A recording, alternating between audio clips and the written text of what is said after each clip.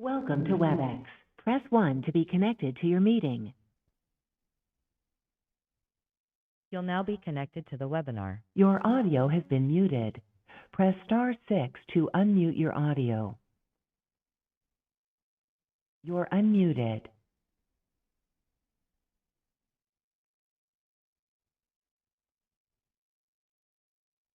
Test, test, test.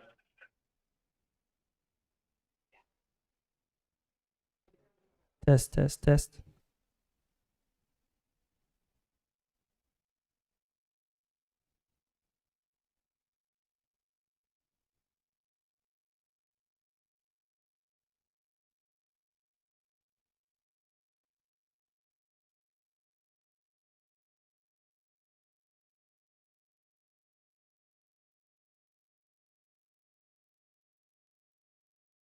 You're muted.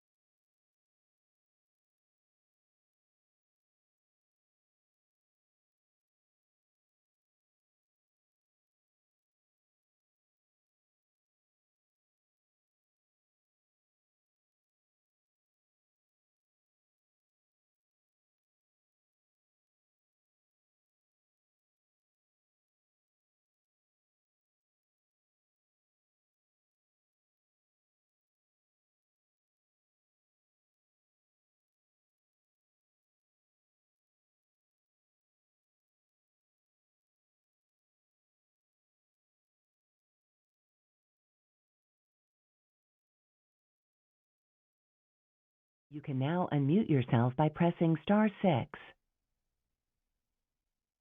You're unmuted.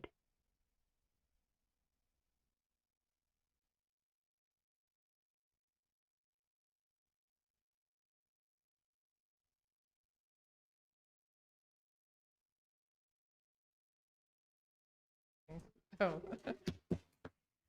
We are going to begin. I will pass it to our clerk for roll call. Supervisor Kano. Present. Supervisor Christie. Here. Supervisor Hines. Supervisor Scott. Here. Chair Allen. Here. Let the record show Supervisor Hines is not present. All other board members are present. We will start out with the Pledge of Allegiance, and I would like to invite Ale Reese from Grants Management and Innovation, Grants Coordinator, to lead us in the pledge.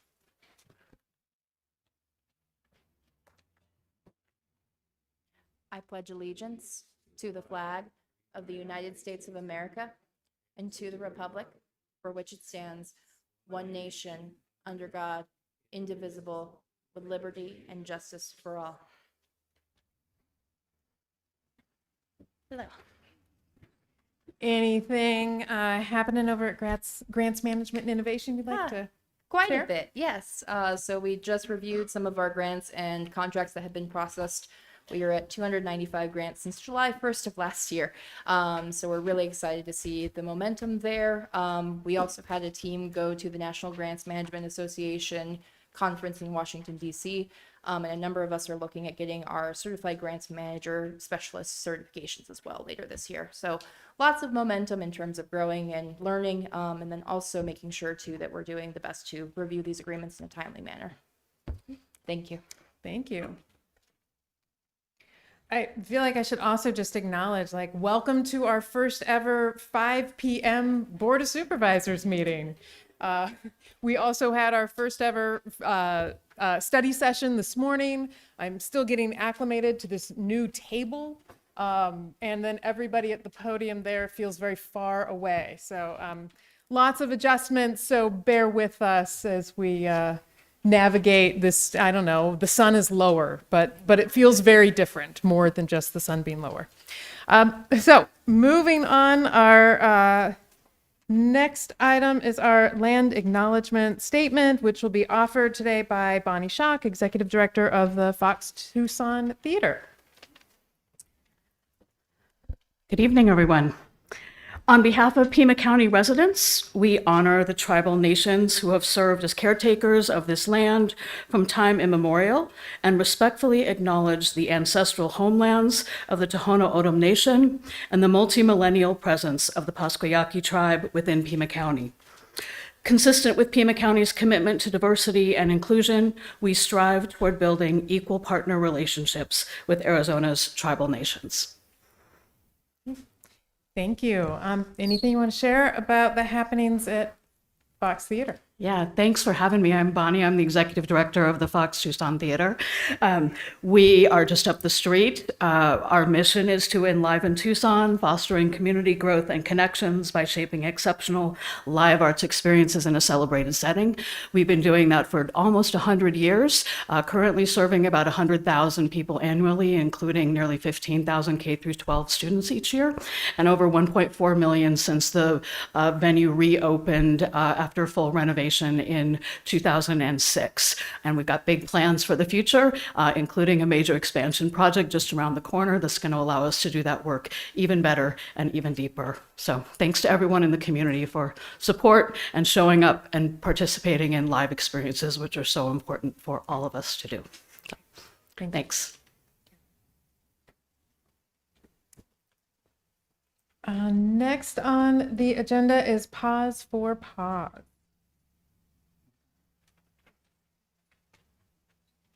Good evening, everyone. This sleepy boy is very sleepy. He has already taken 2 naps, so he is not sure about the nighttime, but he's happy to be here.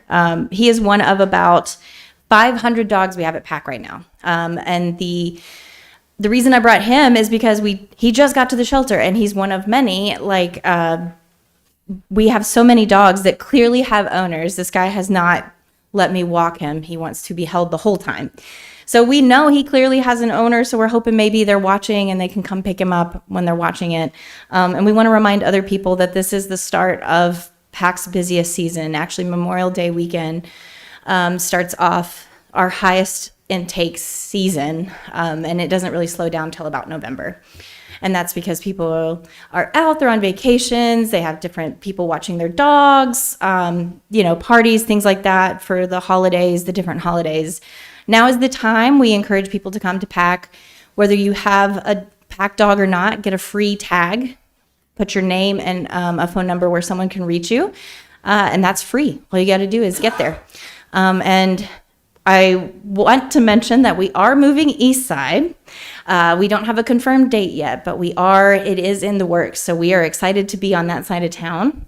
And it will be an adoptions only center. So if you need, outreach services or other things, you can still come to the main location on Silver Bell. And this weekend, we have a free medical care clinic. It is going to be, I'm so sorry, I'm blanking on the location, but it's on our Facebook page, and it is free to show up, and you can get all the vaccines and some free medical care. And we also have a program that we just started for $35 spay neuters for owned pets in Pima County. And that's with participating vets. And we know that there is a big need for that. We've seen that at our outreach events. So we really want folks to, adopt another dog and maybe get your other one spayed or neutered. So thank you so much. And please come get a tag. It's free. Say bye. Chair Allen, Supervisor Kano. I did hear our new Deputy County Administrator say, new job, new dog. So perhaps, he might. Thank you. Next is current events and public acknowledgements. Actually, Supervisor Christie, I know you had requested a moment of personal privilege. This seems like a good time for it. Thank you, Madam Chair. I'd like to pay tribute to a community leader that we lost recently, Fred Boyce. And I'll just give a brief bio of him.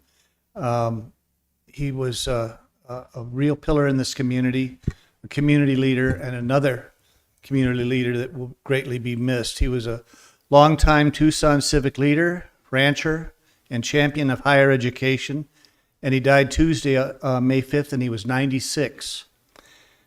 Fred Boyce was an influential community leader, having served on the Arizona Board of Regents, Tucson Airport Authority, Tucson Medical Center's Board of Trustees, and numerous nonprofit and civic boards. He also served as president of the University of Arizona Foundation and was a founding member of the Tucson Conquistadors, the civic group that helped establish the Tucson Open Golf Tournament. He was born in Pasadena, California in 1930 and raised in Tucson after his family moved here in 1937. He attended Sam Hughes Elementary, Mansfield Junior High, and Tucson Senior High School. Ranching became central to his life at an early age, and at age 11, Fred began spending his summers working on an Arivaca cattle ranch south of Tucson, experiences that launched a lifelong career in the cattle industry.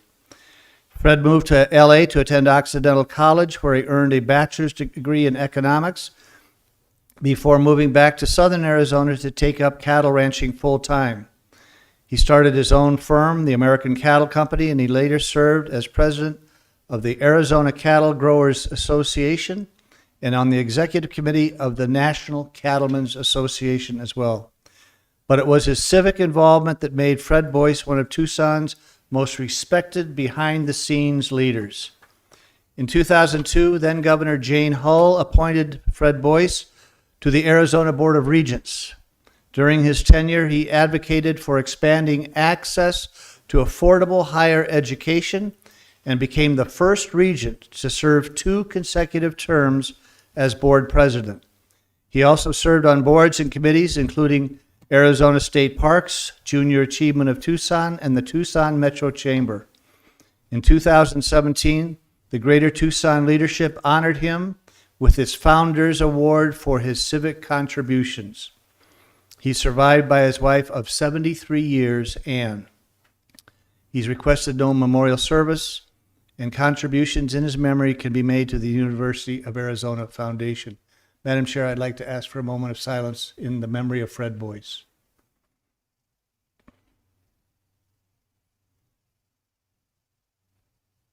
Thank you, Madam Chair. Thank you. Supervisor Cano? Thank you, Chair Ellen. Welcome to your Board of Supervisors hearing room. I wanted to take a moment of personal privilege to welcome to our Board of Supervisors chambers a council member who I have the deep honor of knowing and whose leadership I'm most proud of on the Pascua Yaqui tribe, and that's Council Member Herminia Frias. Welcome to the Board of Supervisors hearing room, and thank you for your years of service to the people of Pascua Yaqui and to Pima County. Welcome.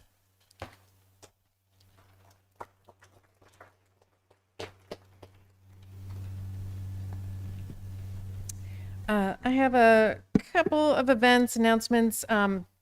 The National Letter Carriers Annual Stamp Out Hunger Food Drive happened this past Saturday on May 9th. It started in 1993, grown into the nation's largest one-day food drive, helping to fill the shelves of food banks in cities and towns throughout the United States. Also coming up is the 32nd commemoration of the 1984 genocide against the Tutsis in Rwanda. There is an event taking place at Grace to the Nations on May 17th to honor the memory of over 1 million lives lost and to renew our collective commitment to peace, unity, and justice. And then a quick reminder that the District 3 office has our Pitcher Rocks office hours on May 20th from 4:30 to 7:30 at the community center. I will actually be out of town, so my staff member, Bonnie Bazada, will be there along with Tom Drazgowski, Deputy Director from Pima County's Development Services, to answer any questions around zoning or other issues in the Pitcher Rocks area. So we will move on now to item number 6, which is agenda adjustments. To the clerk. On the regular agenda, page 5, item 19, under Board of Supervisors, 2026 Regional Transportation Authority Special Election. This item will be heard at a time certain of 6:45. On page 7, item 31, under Finance and Risk Management, this is the fiscal year 2024-25 audit results. This item requires approval prior to consideration of agenda item number 32 and will be heard at a time certain of 6 p.m. And on page 7, item 32, under Human Resources, this is the certification of compliance with Arizona revised statutes. This item is contingent upon approval of agenda item number 31. Thank you. Okay, we have a couple of proclamations. So item number 7 is a presentation of a proclamation to Melanie Bustamante, Praxia Kids Volunteer, proclaiming the day of Thursday, May 14th, the Praxia Awareness Day. I will move the item. Second. Seconded by Supervisor Scott. Discussion. All in favor? Aye. Opposed? Item passes 5-0. Supervisor Scott, would you like to present? Yes, ma'am.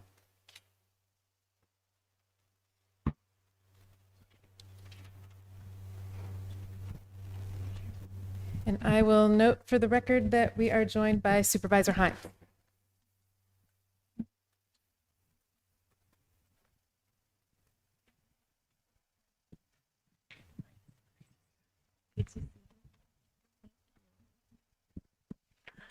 Before I read the proclamation for Apraxia Awareness Week, I want to point out that Melanie Bustamante, who is here to accept the proclamation, also supervises the Board of Supervisors outside agencies process. And we have asked an awful lot of your office recently with some emergency grants to help our community deal with federal cuts. And we're just very grateful to you. So I would just ask that everybody recognize Ms. Bustamante for the outstanding work that she does.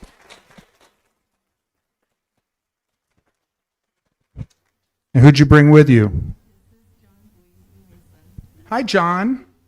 How are you? Do you want to say hi to everybody? Yeah. Hi. Perfect. All right. Whereas childhood apraxia of speech is a speech disorder that affects 1 in 1,000 children, with 1/3 having a genetic causal basis.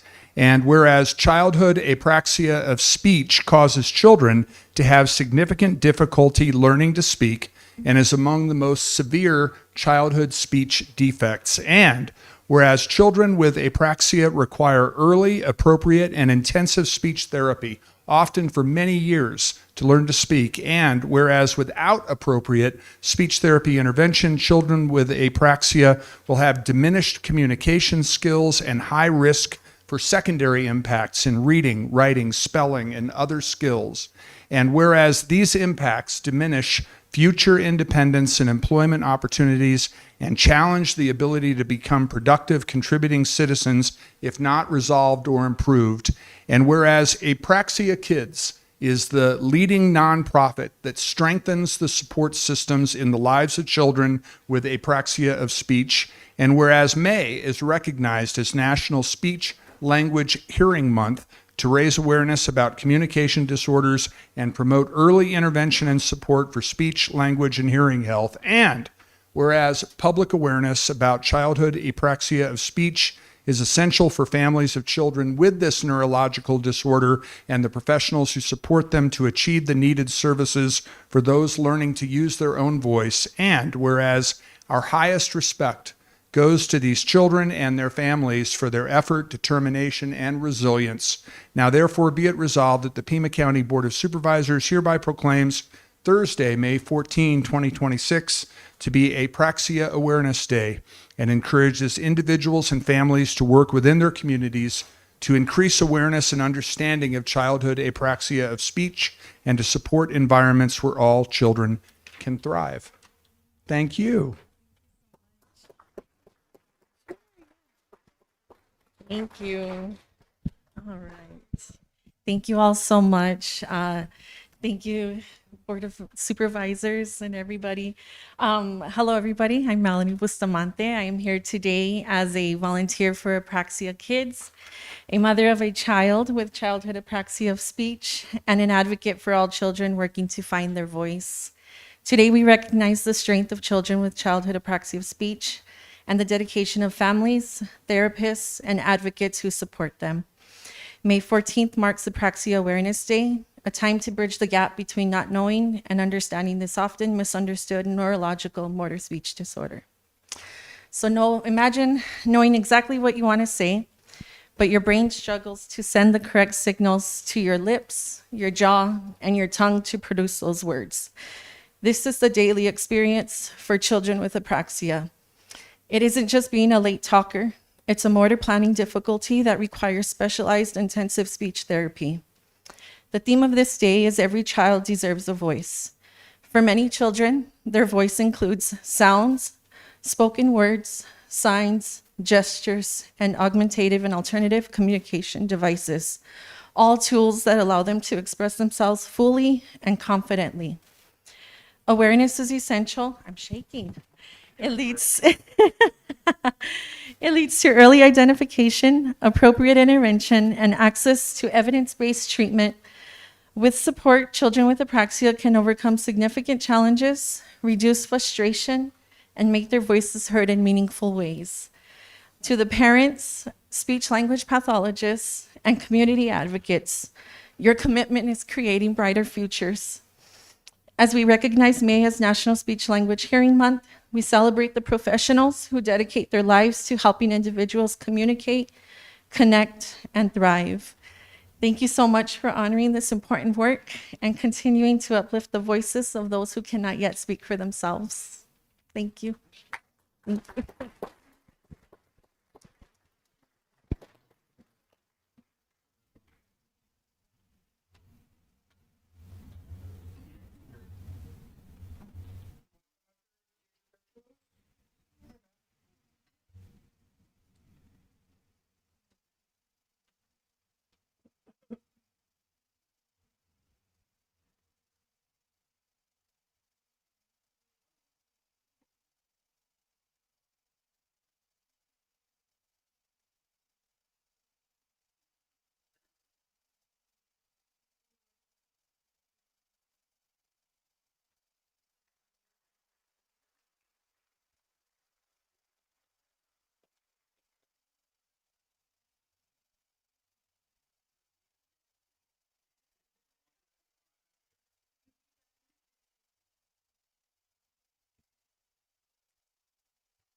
Our next item is a presentation of a proclamation to Annette Leva, Tribal Administrator, Pasquayaki Tribe, Ms. Leila Gokobachi, Miss Native American University of Arizona, Catherine Demotica, Program and Volunteer Manager of Arizona Diaper Bank, Felicia Leon, Tucson Unified School District, Native American Services, Magdalena Verdugo, CEO, Victor Boleg, Program Manager, and Lindsay Terry, all of the YWCA, proclaiming the week of May 12th through May 18th to be Period Poverty Awareness Week.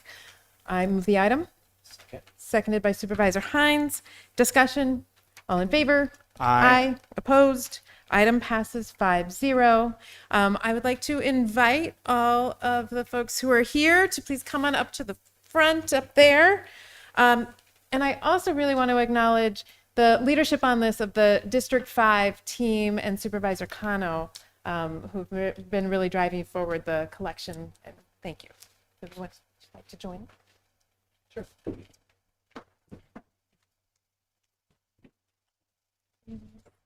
I got my.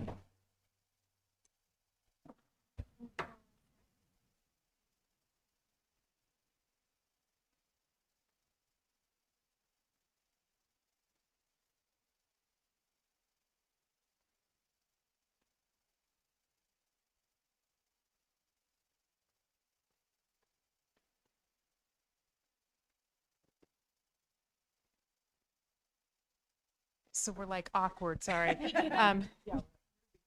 So you all come around here. And then would somebody be willing to hold the proclamation? Thank you. I will read the proclamation. Whereas access to menstrual products is a basic health necessity for people who menstruate and is essential to dignity and well-being.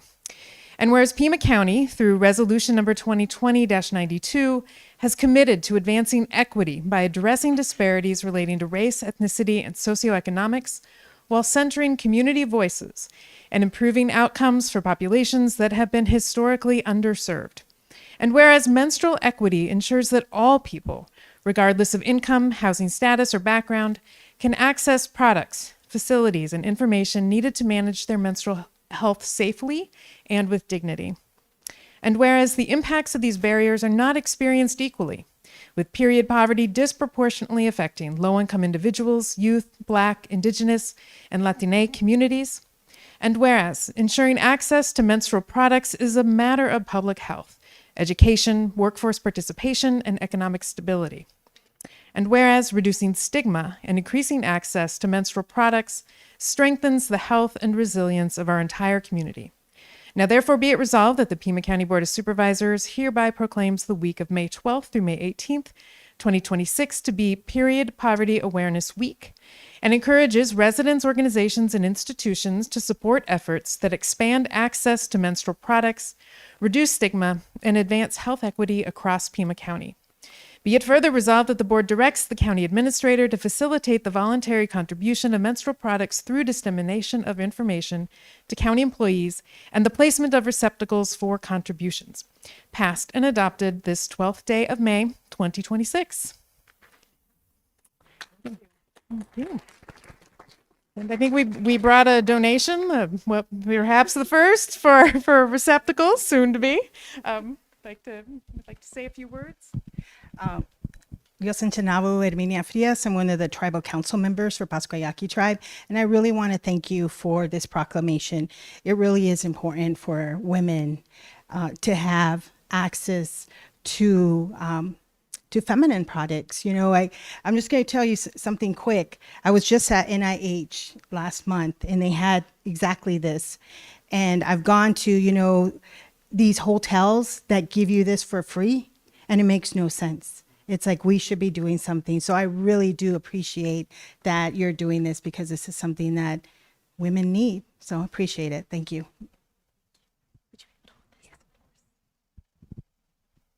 Hi, good evening. My name is Catherine Demotica, and I am with the Arizona Diaper Bank. Thank you so much for this proclamation.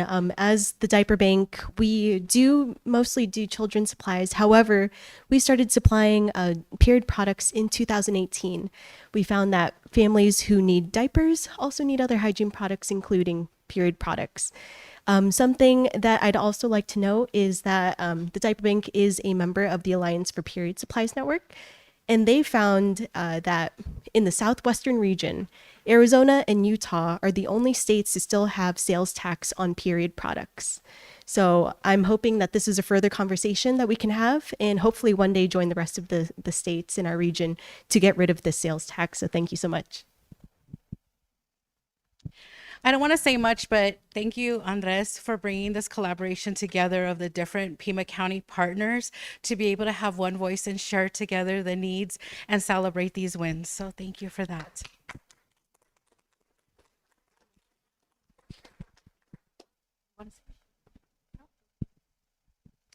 I just want to thank all of the community partners for coming to your Board of Supervisors hearing room and ensuring that we continue to send a message that Pima County stands with all women in our community. And I agree with everything that's been said, especially the fact that this has long been a District 5 issue from the time of Supervisor Elias organizing to collect some of these critical hygiene items, but most importantly, they're about our wellness and their essential care. So thank you, Chair Allen, for continuing that tradition. I know that all of the folks in District 5 will continue to be mindful of the need for us to put this at the top of our priority list. So thank you.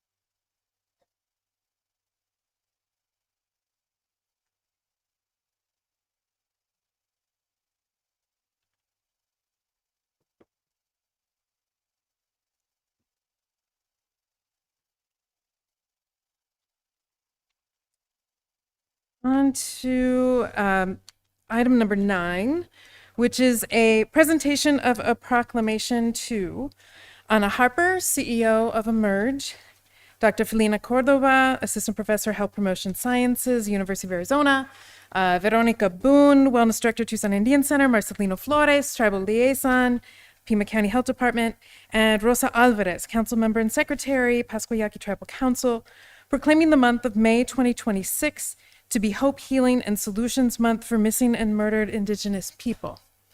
I move the item. Second. Seconded by Supervisor Hines. Discussion. All those in favor? Aye. Aye. Opposed? Item passes 5-0. And I invite everyone to please come up to the front to receive the proclamation.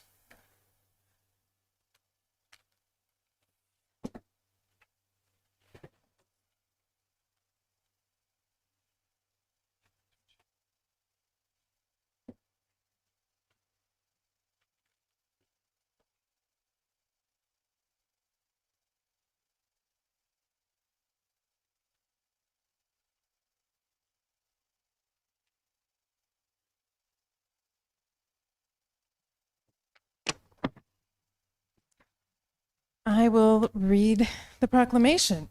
So, whereas homicide is the third leading cause of death for Indigenous women between the ages of 10 and 24, and the fifth leading cause of death for Indigenous women ages 25 to 34. And whereas in 2017, the Urban Indian Health Institute and Tribal Epidemiology Center began assessing the number and dynamics of cases of missing and murdered Indigenous women and girls, identifying the Southern Arizona region as having the third highest rates of missing and murdered Indigenous peoples cases nationally. And whereas the Pima County Health Department maintains a clearinghouse of information, frameworks, and collaborative models regarding missing and murdered Indigenous people to support finding and address root causes while centering Indigenous voices. And whereas healing initiatives are designed to address the deep-rooted trauma and systemic violence faced by Indigenous communities and to heal survivors, strengthen communities, and improve responses to missing and murdered Indigenous peoples' cases. And whereas throughout the month of May, local tribal nations, community partners, and advocacy organizations led numerous activities focused on healing, awareness, prevention, and justice for missing and murdered Indigenous people. Now, therefore, be it resolved that the Pima County Board of Supervisors hereby proclaims the month of May 2026 to be Hope, Healing, and Solutions Month for missing and murdered Indigenous people, to honor the lives of missing and murdered Indigenous people and reinforce the urgent need for prevention, justice, culturally grounded healing, and systemic change. Pima County, in collaboration with tribal nations, community partners, and local organizations, reaffirms its commitment to advancing healing, strengthening coordinated response, and supporting initiatives that center Indigenous leadership, and will continue to work towards safety, healing, and justice for all Indigenous people. Passed and adopted this 12th day of May, 2026.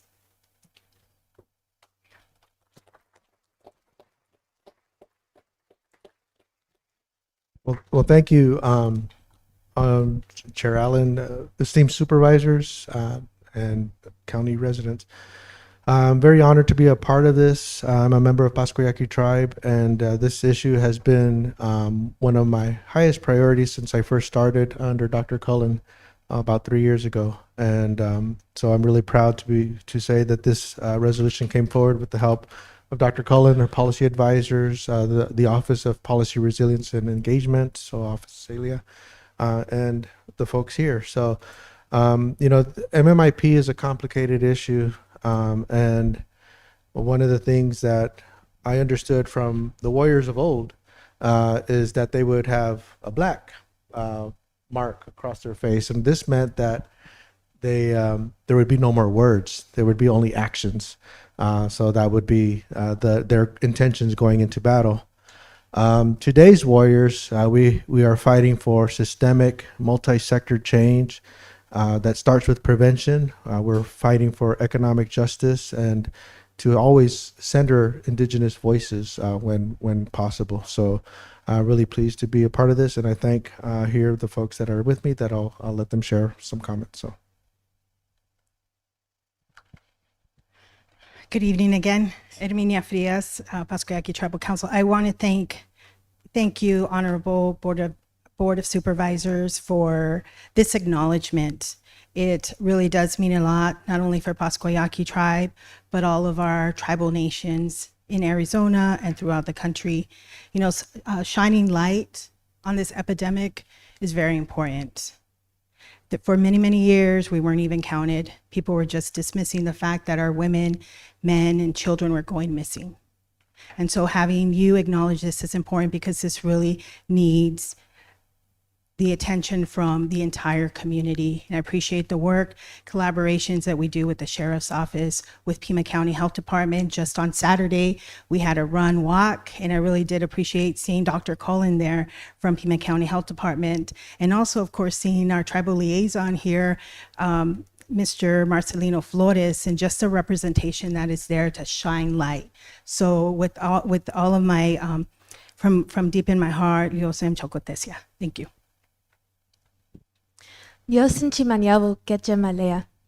Hello, and may Creator go with you all. My name is Layla Lanaiko Kabachi. I am the 2026 to 2027 Miss Native American University of Arizona, and this is a continuous issue that has impacted our communities across the nation. Almost every Indigenous person has a relative, woman, two-spirit, any Indigenous relative that has been impacted by this. So I am here to help with bringing awareness to MMIP and to acknowledge what has been going on in our communities, but not only to highlight how it has negatively impacted us, but how we as a community come together for healing and for that hope for justice for our relatives. So this is not only just a small thing, this is going to be a continuous effort that we all make together as a community. So thank you for allowing us to take this first step, and I hope that there's many more. Good evening. My name's Veronica Boone. I'm the Wellness Director for the Tucson Indian Center. Thank you for having us and for joining. It's like joining forces with other partners across Tucson and with the two local tribal nations. So I think that's really good because we're planting some good seeds here.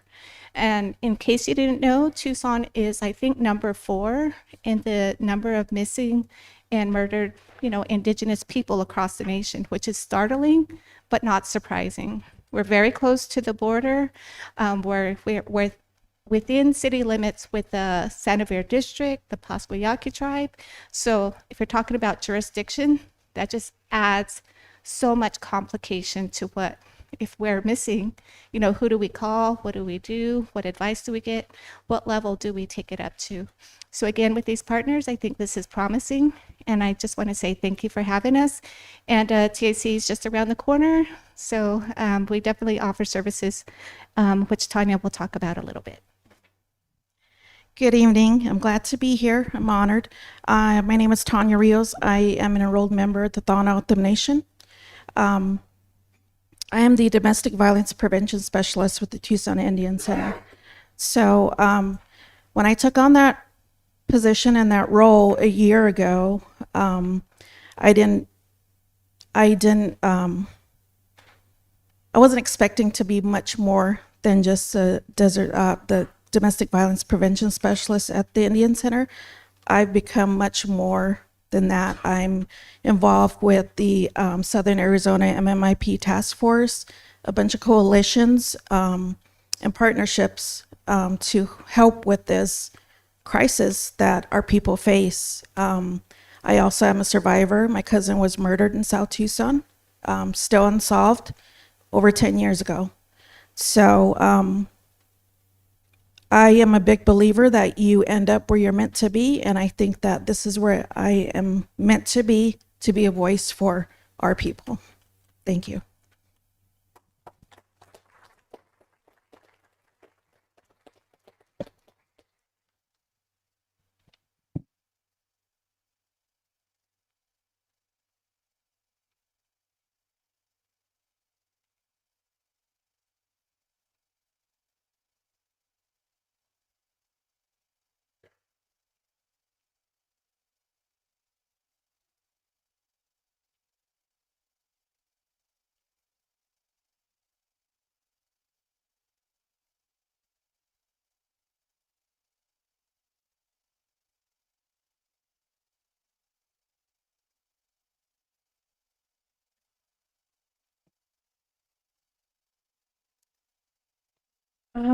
We have one final proclamation.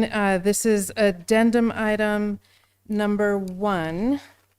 This is a presentation to Courtney Sloniker, Director of Red Cross, Fatima Luna, Chief Resiliency Officer, Karina Martinez Molina, Community Relations Coordinator, City of Tucson, Nate Young and Betsy Camara, Program Managers, and Harrison Brown, University of Arizona Brace Intern, Pima County Health Department, proclaiming the week of May 11th through May 15th to be Heat Awareness Week. I move the item. Second. Seconded by Supervisor Hines. Discussion. All in favor? Aye. Aye. Opposed? Item passes 5-0. And Supervisor Connell is ready to present.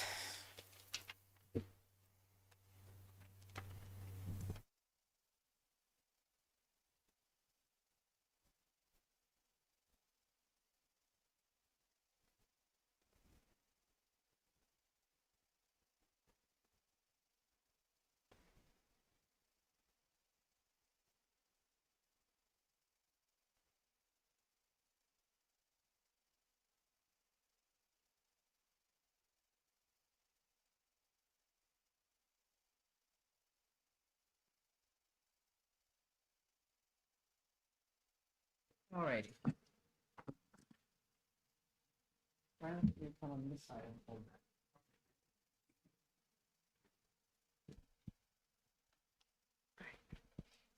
Can I leave my cheat sheet over?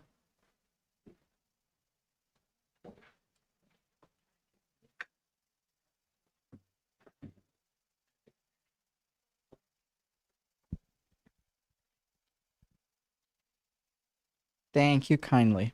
Can you tell the setup is throwing everybody off? Hour number 1. Okay, thank you so much for being here. Triple digit temperatures are here. We felt them this weekend. I spent a little bit in the pool, and thank goodness I had that.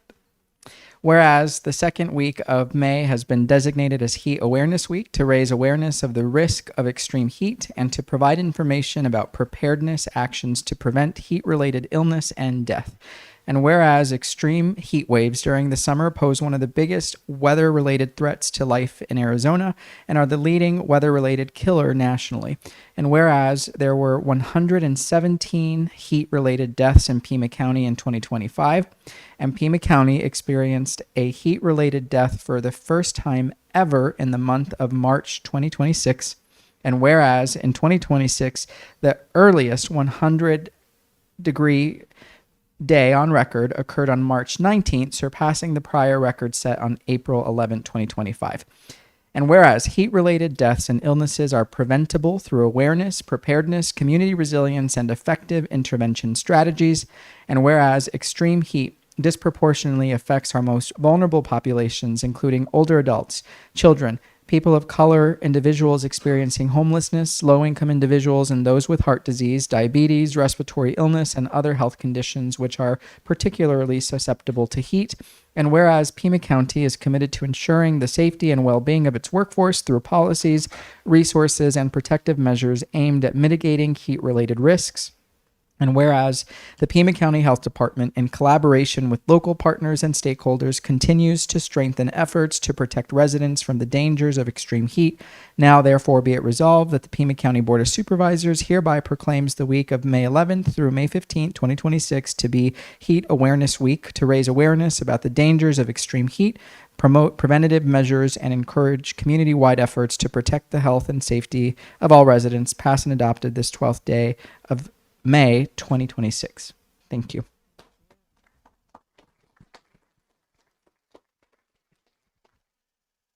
Thank you, everybody. I also just want to recognize Stephen Pelaez for the Primavera Foundation. He is a program officer, and we weren't able to get him on the agenda today. And I want to recognize the other members of the Pima County Heat Relief Network. We have dozens of other partner agencies who are working tirelessly every day to help us keep our community safe. This is a kind of work that you can't do by yourself. It really does take their continued support, involvement, and collaboration. So thank you to everyone who is standing with us here today.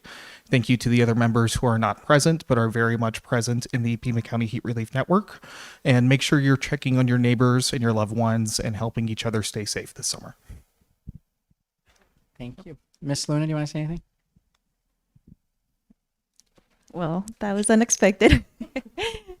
I just want to reiterate that message of the importance of collaborating. Thank you so much, Chair and Board, for recognizing extreme heat, the #1 weather-related cause of death in the U.S. And it's not as flashy. It actually kills more people than tornadoes, hurricanes, and floods combined, but it's not as visual and flashy as those other climate disasters. So the fact that this is being recognized today, and hopefully throughout the year with preparedness, ongoing preparedness and relief, it's very important in our community. And partnerships are critical to be on the ground year round with preparedness, planning, and heat relief. So I just want to thank everybody here and the partners who are not here for doing this work. Thank you.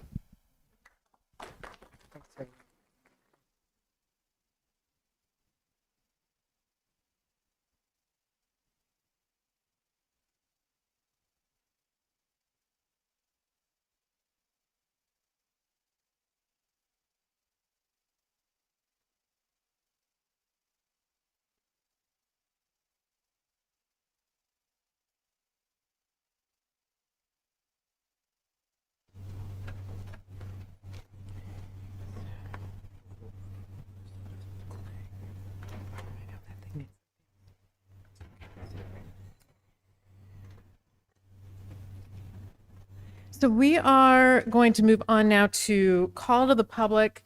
I will flag that we have a time certain item at 6 o'clock, presentation from the State Auditor General. So we will be pausing call to the public for that 6 o'clock time certain, and then resuming call to the public until we get through it. We have 10 speakers. I am going to first read the rules, the guidelines for call to the public, and then I will we'll start out actually then with telephonic speaker. So guidelines. Citizens attending the meeting shall observe rules of propriety, decorum, and good conduct. Any person making personal, impertinent, or slanderous remarks, or who becomes boisterous while addressing the board, may be removed by the sergeant at arms if directed by the chair. Such person may be barred from further audience before the board. Unauthorized remarks from the audience, stamping of feet, whistling, yells, and similar demonstrations shall not be permitted by the chair, who may direct offenders from the hearing room. We have first 3 speakers, and I'll ask if you are speaker 2 and 3 to please come up to the front. The row is reserved for a seat reserved. Please come up front so we can move through quickly. Because we have less than 20 speakers signed up, each speaker gets 3 minutes. So our first speaker will be Trista Di Genova, who is on the phone, and then our second speaker is Patricia, starts with a B and maybe an A, and I apologize, I can't read the last name, maybe. Thank you, perfectly said. Then our third speaker will be Corey Stevens. So is Trista on the line? Yes, I am. Can you hear me? Yes, please continue. And you have 3 minutes. Okay, great. Okay, thank you. Hi, board. My name is Trista Di Genova, and I grew up here in Tucson, and I spent a lot of years abroad. I studied at Oxford University and Taipei Medical University and UC Berkeley, public health researcher. And I came back to America when my mother died in 2014 as a result of what should have been a routine welfare check. But the Pima County Sheriff's Department did it in the middle of the night, and it literally scared my mother to death. That was in 2014, and that's why I had to come back to the United States. I was working in media and as an educator, university instructor in Taiwan for many years. And then I have had several encounters with horror stories, basically, with the Pima County Sheriff's Department. And in 2023, they carried out an highly illegal home invasion with upwards of 60 officers on my private residence here in the county. And they falsely arrested me. The detective in the case obtained a warrant without probable cause. By the way, I'm fellow Pima voters. I'm running for. I'm a declared Pima County Sheriff candidate for 2028 if we have elections. So feel free to sign my nominating petition. And also, I'm running as a write-in independent candidate for District 5 Pima County Board of Supervisors because I have requested 8 times now from my Pima County supervisor some assistance in getting back my service dog, which was a violation of ARS 132910. Interference with a service animal, and also cruelty to him and intentional emotional distress. And at the time, I was a candidate for sheriff as well. So I'm wondering if this was something personal, and I wanted to call on the board to please look at many other very valid reasons that you should have already removed Sheriff Nanos from his position, not let alone the fact that he resides over probably the worst jail in the country with 4 times more jail deaths at Pima County Jail than Rikers Island. So, in my own personal case, he authorized this home invasion again when I was a sheriff's candidate. This was 2023, August 30, and the PAC and the upwards of 60 officers on my property fabricated evidence, and they lied to the media about the condition of my animals, and they did not carry out body camera footage. They turned it off. That and is on, time. Also, I will note, people are always welcome and encouraged to submit written comments as well if they don't fit within the 3 minutes. Our next speaker is Patricia Bowerly. First, a huge thank you to Tucson City Council and Pima County Board of Supervisors for banning Immigration and Customs Enforcement, referred to as ICE, activities on any and every piece of Tucson and or Pima County property. More similar courageous action is desperately needed. Please non-violently ban concentration camps from your jurisdiction and any area intersecting with your jurisdiction. Please non-violently ban concentration camps, whether referred to as detention centers or by any other name. On or about February 15th, 2026, the online news publication entitled Common Dreams published at least 2 different articles documenting that the federal Trump administration has been building out mass detention centers, which are actually concentration camps, and documented why and how the detention centers are actually indeed concentration camps. After immigrants have been imprisoned in those detention centers, they rarely come out. One article entitled Trump's concentration camp build-out includes nearly $40 billion for warehouse conversions, authored by Julia Conley, cites the following quote: Germany's concentration camps didn't start as instruments of mass murder, and neither have ours, wrote talk show host Tom Harmon recently. History isn't whispering, it's warning, it's shouting. Another article entitled The Trump Min is Building a Mass Detention System, What Will You Do About It?, authored by John Marks, includes the following statement: What they have not told you is that the immigration detention system is not processing people, it is accumulating them. The math shows how fast. The history shows what comes next. In addition, might the government choose to use any data centers that seem to fail as additional concentration camps? Moreover, the United States government's Immigration and Customs Enforcement, referred to as ICE, has been routinely violating people's constitutional rights, as documented in part by someone in front of Tucson City Council on Tuesday, March 3rd, 2026, during the call to the audience. Our federal government has also been majorly violating the 14th Amendment of the United States Constitution's right to substantive and procedural due process and equal protection under the laws. Please refer to my letters dated March 22nd, 2026, in an individual envelope addressed to each Pima County Board of Supervisor, hand-delivered to the Pima County Board of Supervisors office on or about the morning of Monday, March 23rd, 2026. Thank you. Thank you. Our next speaker is Corey Stevens.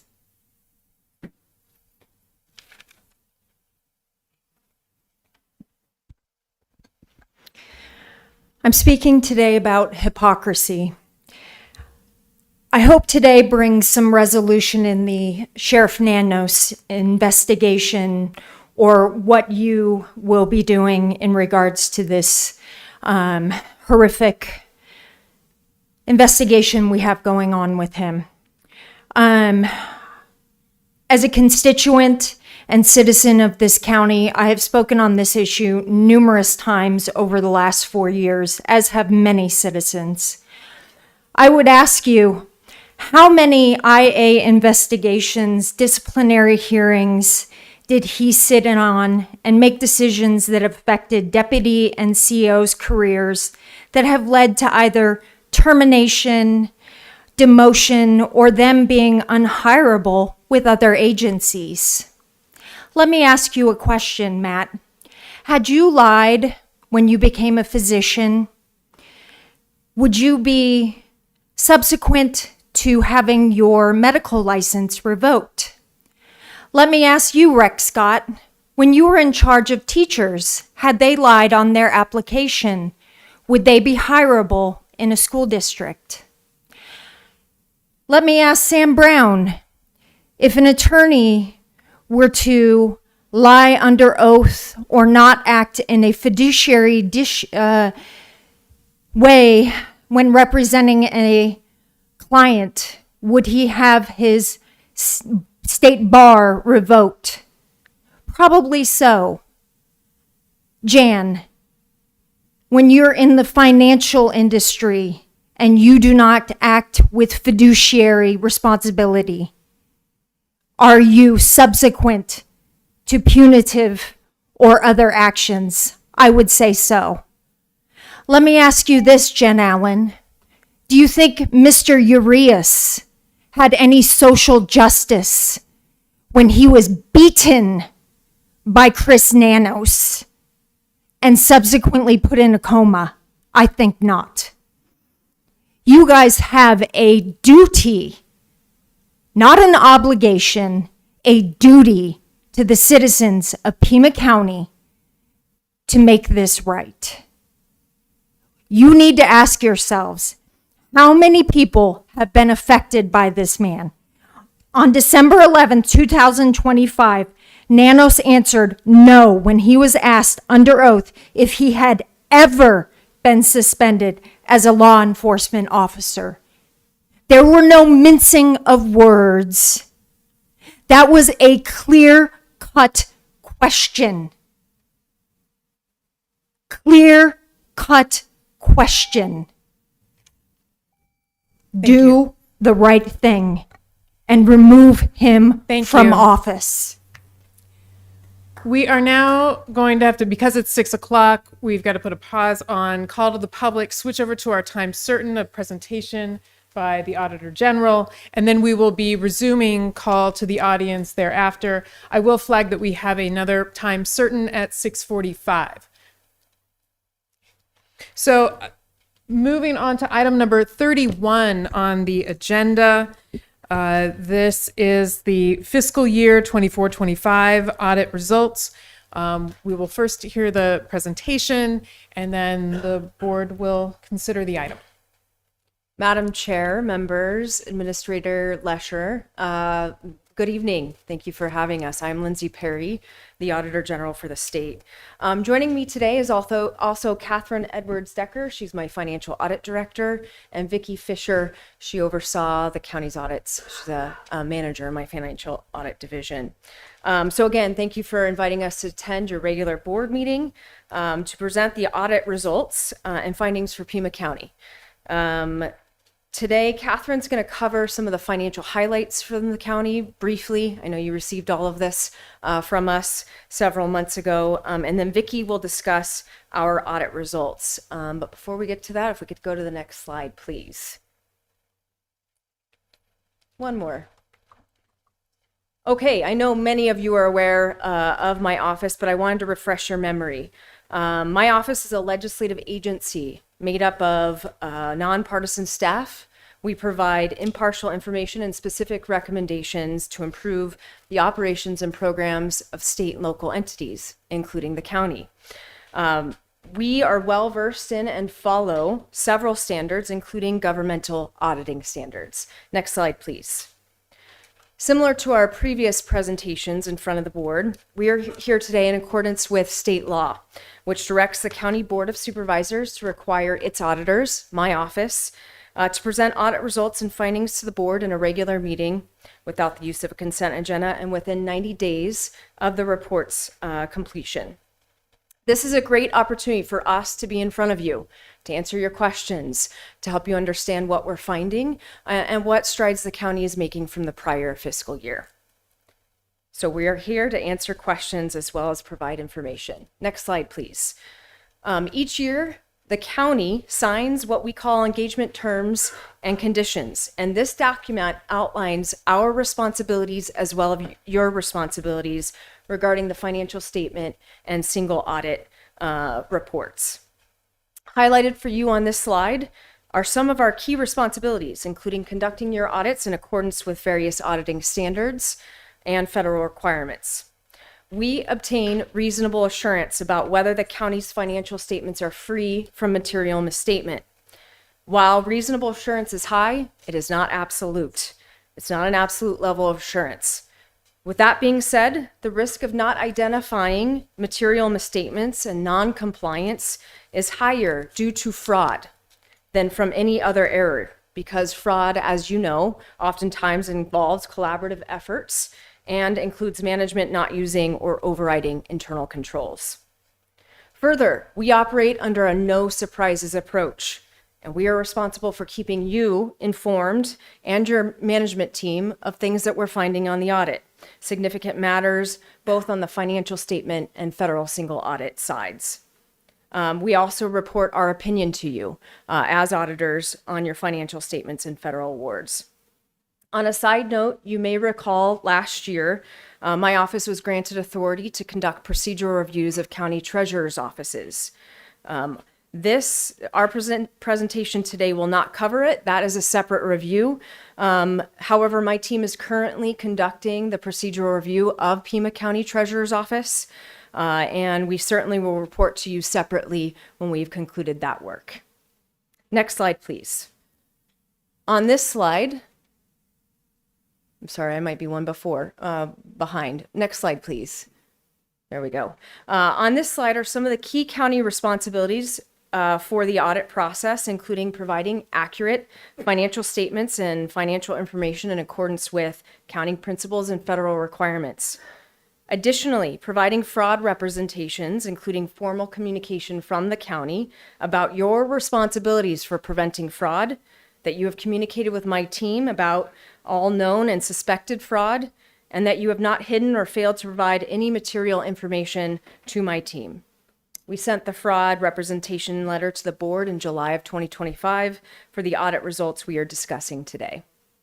Additionally, the county is responsible for taking corrective action on any audit findings, which includes providing a written corrective action plan that is included in your audit reports, and we'll briefly discuss that later in our presentation.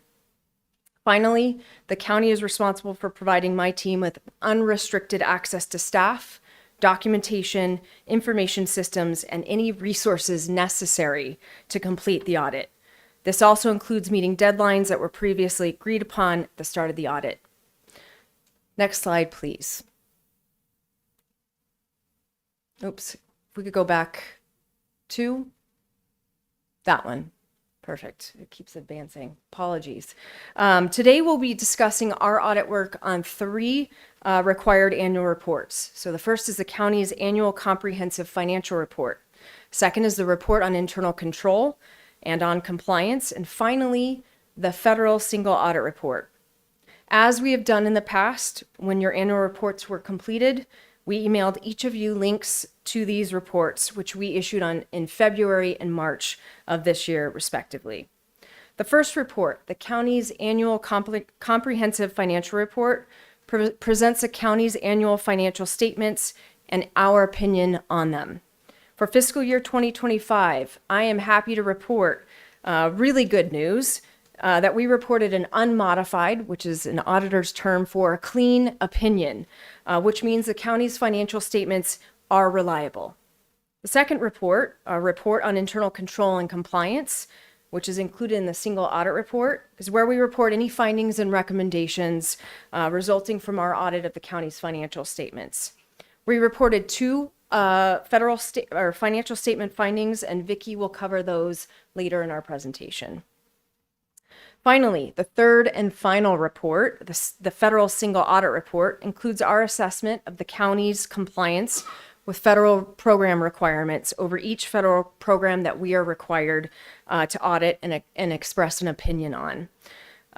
This report allows the federal government to understand if the county is spending federal monies in compliance with the requirements.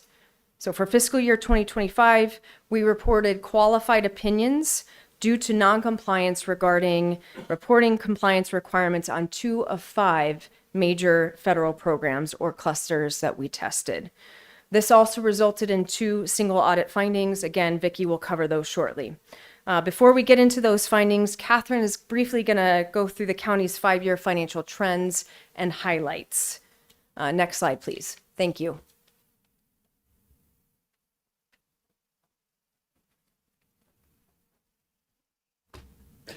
Good evening, Madam Chair, members of the board, and County Administrator Lesher. My name is Catherine Edwards-Decker. Because we know these reports can be lengthy and complex, we also prepare audit report highlights. which is a 3-page summary that you received with the single audit report. I would like to take the opportunity to present some key financial information for the county over the last 5 years, which are included in the highlights.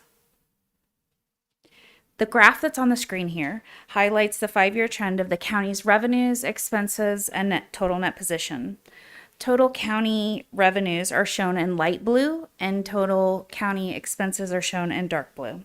It's important to note that the county's revenues have exceeded its expenses since at least fiscal year 2021. The county's 4 main sources of revenue continue to be county property tax, federal and state grant programs, shared state sales tax, and county sales taxes. The county's property taxes increased in 2025 by nearly $39.8 million due to an increased net assessed valuations of taxable property in the county, while federal and state grant programs decreased by $51.3 million due to expiration or termination of COVID-19 funding. Overall, the total of all county revenues decreased by $64.6 million in fiscal year 25.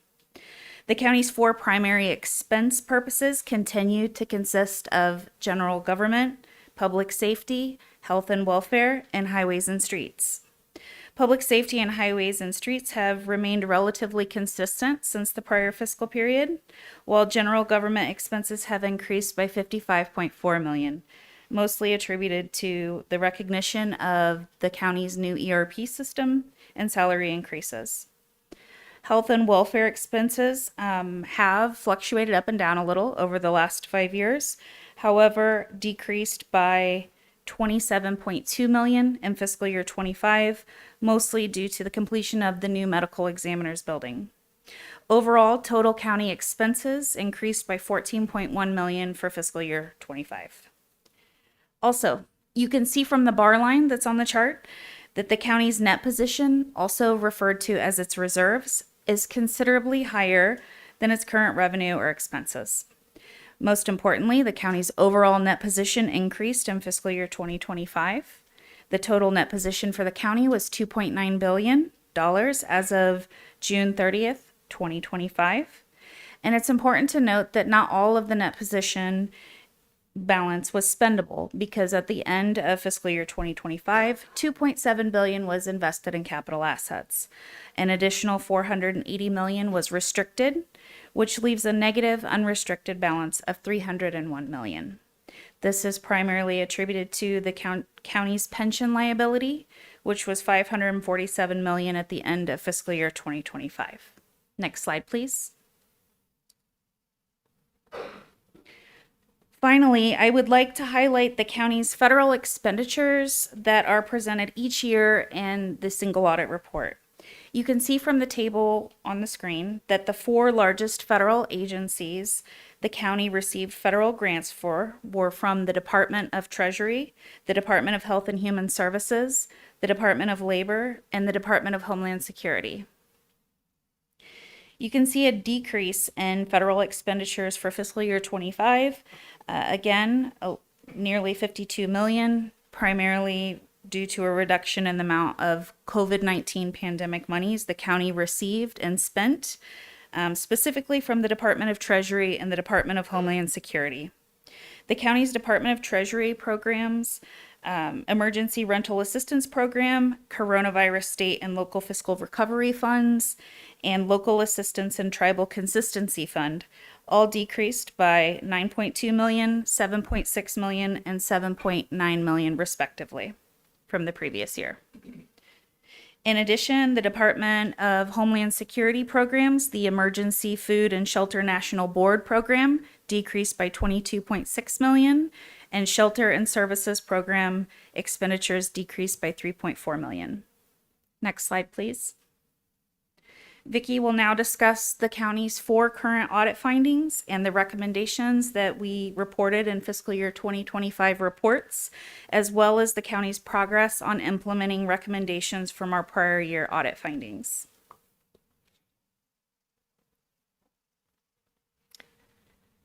Good evening, Madam Chair Allen, members, and County Administrator Lesher. My name is Victoria Fisher. And before we discuss the findings reported in fiscal year 25 audits, we'd like to acknowledge the county's process in correcting prior year findings. Our auditing standards require that we follow up on any prior year audit findings until they have been fully corrected. And in fiscal year in 24, we reported 2 financial statement findings and 4 federal findings. The financial statement findings were related to information technology deficiencies. One of these IT findings was fully corrected, and the other was partially corrected. And we reported similar recommendations in 25 that I will discuss shortly. The 4 federal compliance findings were related to not accurately compiling its schedule of expenditures of federal awards, commonly known as the CFA. And the county identified this finding as partially corrected, and we reported similar recommendations in 25. They also did not perform all required monitoring of its subrecipients' activities for compliance with award terms and program requirements. The county identified this finding as partially corrected. However, because we found no deficiencies in the programs we audited in fiscal year 25, we did not report a similar finding. There were also 2 federal reporting findings. They were related to lack of policies and procedures to perform an independent review and approval of reports prior to submitting them to the federal awarding agencies, and not always reporting accurate information or retaining documentation to support the submitted reports. The county identified these findings as partially corrected, and we reported similar reporting recommendations in 25. Next slide, please. Now, moving on to our fiscal year 2025 audit findings and recommendations. The report on internal control and compliance is where you'll find the financial statement findings along with the county's responses to them. The first financial statement finding 2025-01 identified deficiencies in the county's control procedures over IT systems and data that increase the risk of inadequate system and data protection. We found deficiencies over restricting access that helps ensure systems and data are accessed by users who have need. The access granted is appropriate, and access is monitored and reviewed. We also found that securing IT systems and data that help prevent and detect and respond to instances of unauthorized access or inappropriate access or use, manipulation, damage, or loss to its IT systems and data. Next slide, please. To correct this finding, we made 5 recommendations to the county. Make it a priority to develop and document comprehensive IT policies and procedures and ensure the procedures are consistently followed. Assign and regularly review employee user access for job role appropriateness. Review all other account access to confirm ongoing need and appropriateness. Strengthen authentication requirements across IT systems, and provide ongoing IT security training to all employees on IT security risk and responsibilities. This is a similar finding to the 2024-02 finding that was initially reported in fiscal year 24. And the county reported it anticipates correcting this finding and implementing recommendations by December 31st of 2026. Next slide, please. The second financial statement finding 2025-02 was reported by other auditors who audited the Pima County School Reserve Fund, a component unit of Pima County included in Pima County's annual comprehensive financial report, in which we relied upon the other auditors' work over the Pima County School Reserve Fund. The other auditors found that the county's school superintendent's office did not timely reconcile its school reserve fund's cash balances to the county treasurer's balances, increasing the risk of ineffective management of school reserve resources and inaccurate financial reporting. Next slide, please. To correct this finding, the other auditors made one recommendation to the county school superintendent's office to complete cash reconciliations timely, promptly research and resolve differences, and post any needed adjustments to the school reserve or the county treasurer's records. The county school superintendent's office reported it corrected this finding and implemented recommendations in December 2025. I'll now go over the two federal compliance findings we reported in the single audit report. Next slide, please.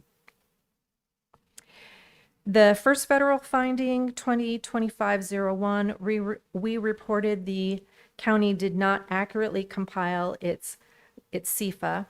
As a result, the county's initially prepared CFA contained errors, increasing the risk of misinforming those who rely on the CFA.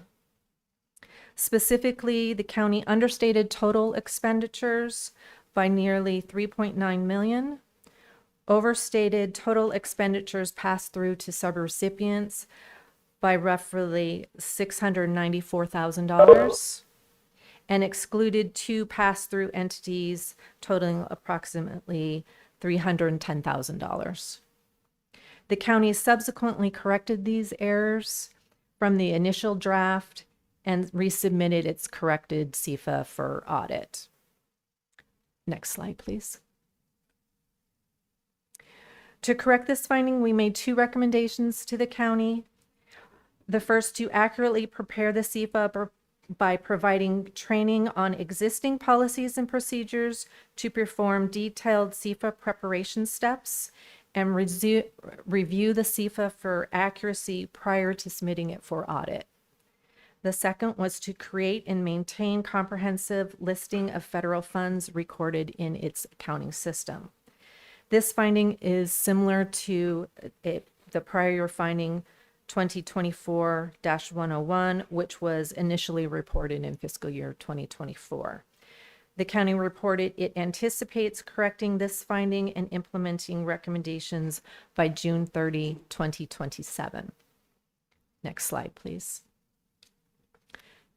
The second and final federal compliance finding, 2025-102, we reported that the county's Grants Management and Innovation Department did not develop, document, or implement internal control procedures to monitor compliance with programs, reporting, or cash management requirements for the Workforce Innovation and Opportunity Act, the WIOA cluster, the Coronavirus State and Local Fiscal Recovery Funds Program, and the Immunization Cooperative Agreements Program.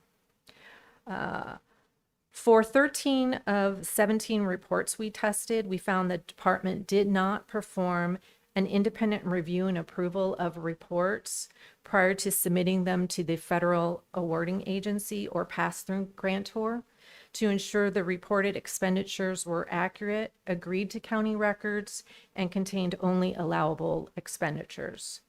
We found this for 9 of 9 WIOA monthly reconciliation reports we tested, 3 of 4 coronavirus state and local fiscal recovery funds, quarterly project and expenditure reports we tested, and 1 of 4 immunization cooperative agreement programs quarterly contract expenditure reports we tested. And these quarterly reports are also used to request reimbursement from the federal agency. Now, despite the lacking internal control procedures, we did not find any inaccurate WIOA or immunization cooperative agreements information reported incorrectly.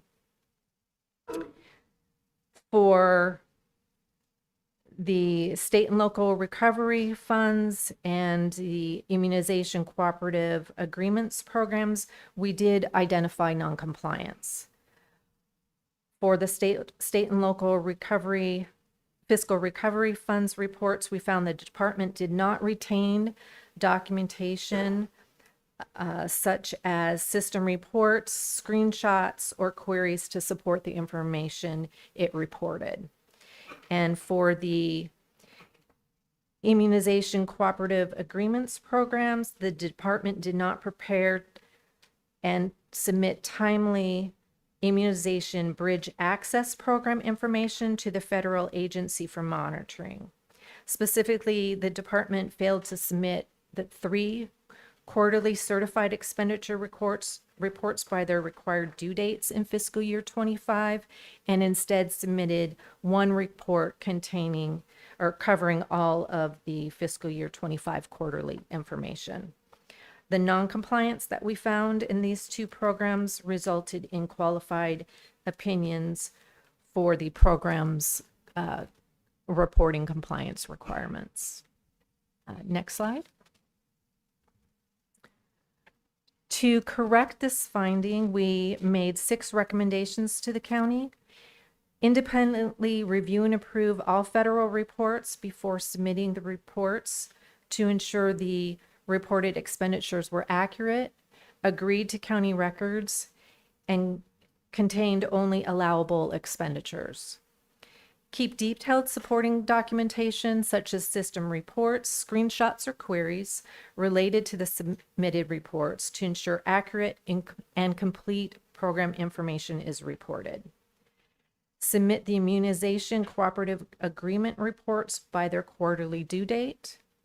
Follow county and federal requirements to retain all records relating to federal awards for a period of 3 years from the date of the submission of the reports. Implement policies and procedures to perform and document independent review and approval of all federal program reports. And finally, implement a tracking system to ensure timely submissions.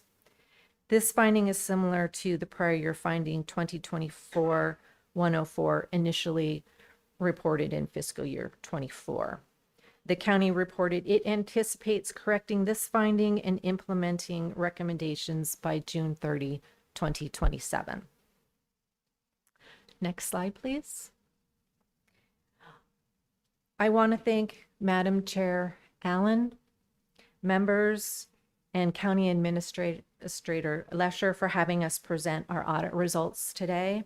I'd also like to thank the county staff for their cooperation during the audits. We've had a really good working relationship with them, with management and staff.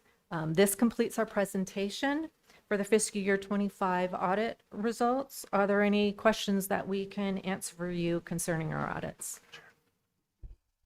Supervisor Hines. Thank you, Chair Allen. Thank you all for your report. I'm just curious, given in 2025 there was, of course, in January, a change of administration at the federal level that greatly complicated federal grants, and there were many changes in rules and just kind of all sorts of chaos going on at the federal level. How did you all navigate the audit of 2025 in light of some of those changing requirements, or I'm just curious of how that impacted your ability to do the audit here for 2025?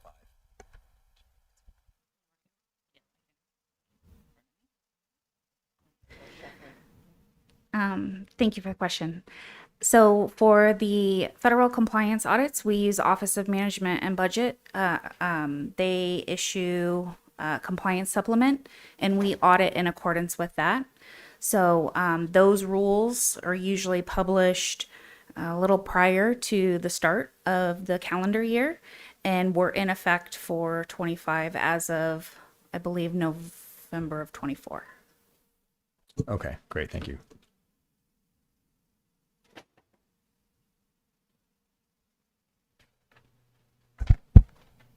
Supervisor Kano.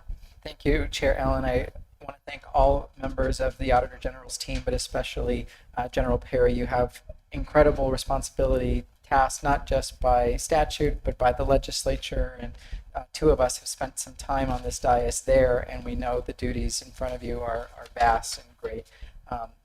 These efforts, the recommendations that you've suggested, of course, will be taken very seriously by this board and, of course, by our county administrator. And I want to give a special thanks to our finance team, who also works diligently to ensure that the work and the preparation that happens every single year and in consecutive years for this particular report, that it's done with the utmost professionalism and integrity. And it goes both ways. And I very pleased with the recommendations and staff's input as well, so that they can be implemented. And thank you, General Perry.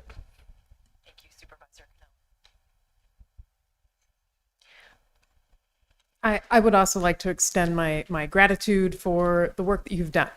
I think, what's the word I'm looking for? Sort of uncovering issues and bringing forth recommendations is helpful, right? It is important, and it is what needs to be done. So I thank you for doing that. I also, was sort of thinking about the year, right? The years and the funding, like the unique situation in which we were found, which I think is comparable, right, to other local governments. And that, in looking through some of the funds that Grants Management, the Innovation Department, GMI, had at the time, it was the $203 million from the coronavirus state and local fiscal recovery funds, the $52.6 million for humanitarian aid, so Pima County could care for and process the average of 1,100 people per day, right, who were the legal asylum seekers. The $45 million in emergency rental assistance, right, ensuring that thousands didn't become homeless or lose their homes. And that in implementing some of the requirements of that funding, right, a lot of it was done through subrecipients and working with community partners. I guess I'm sort of, maybe my question is sort of, given the totality of those funds, like that is a pretty remarkable amount of funds, is what you, some of the recommendations that you're making,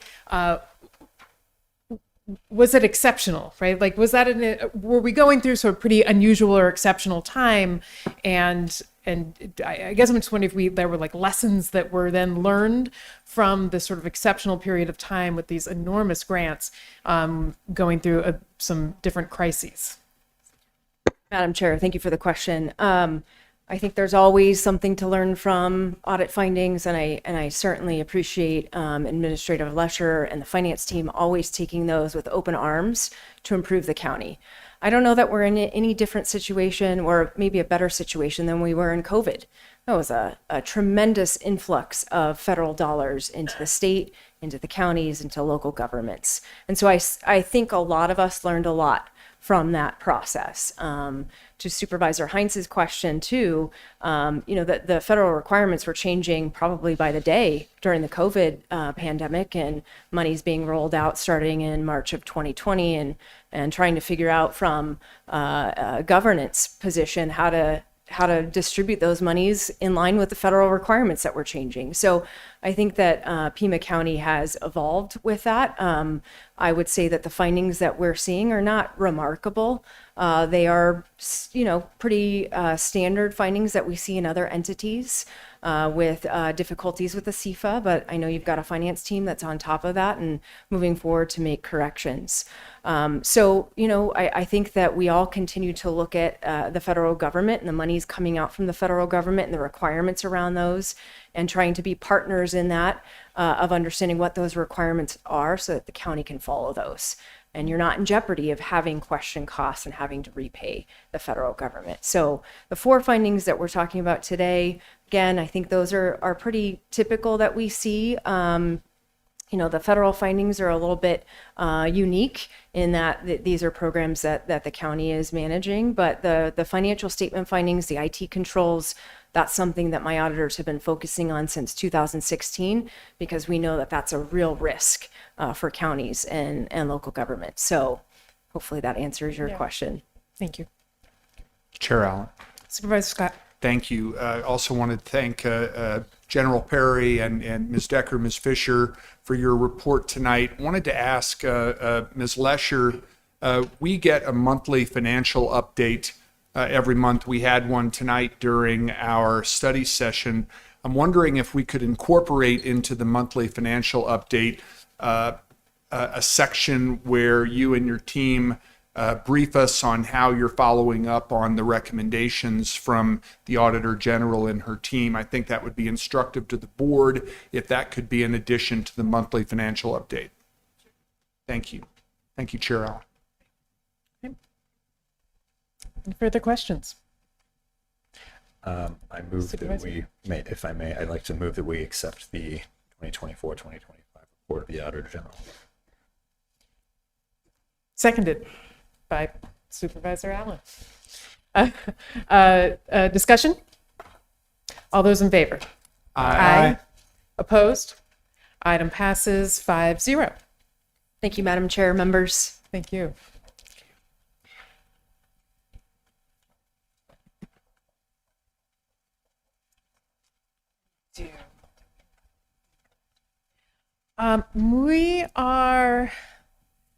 We have a time certain at 6:45. I am wondering if those who are here for that 6:45 would be game for doing it a little bit early. Okay, I see 2 head shakes. So let's then go over to item number, it is 19 on the regular agenda. This is unfinished business from previous meeting, 2026 Regional Transportation Authority Special Election. This is an item from District 4. So I will pass it to Supervisor Christie. Thank you, Madam Chair. Madam Recorder and Madam Elections Director, thank you so much for coming here tonight to go over the after action report. We didn't have a chance to do it in the last couple of meetings, and we appreciate your willingness to be here tonight to answer some questions regarding that report. First, Madam Elections Director, Ms. Cargrove, thank you for your very comprehensive and detailed report. It covered a whole wide range of areas and issues very comprehensively.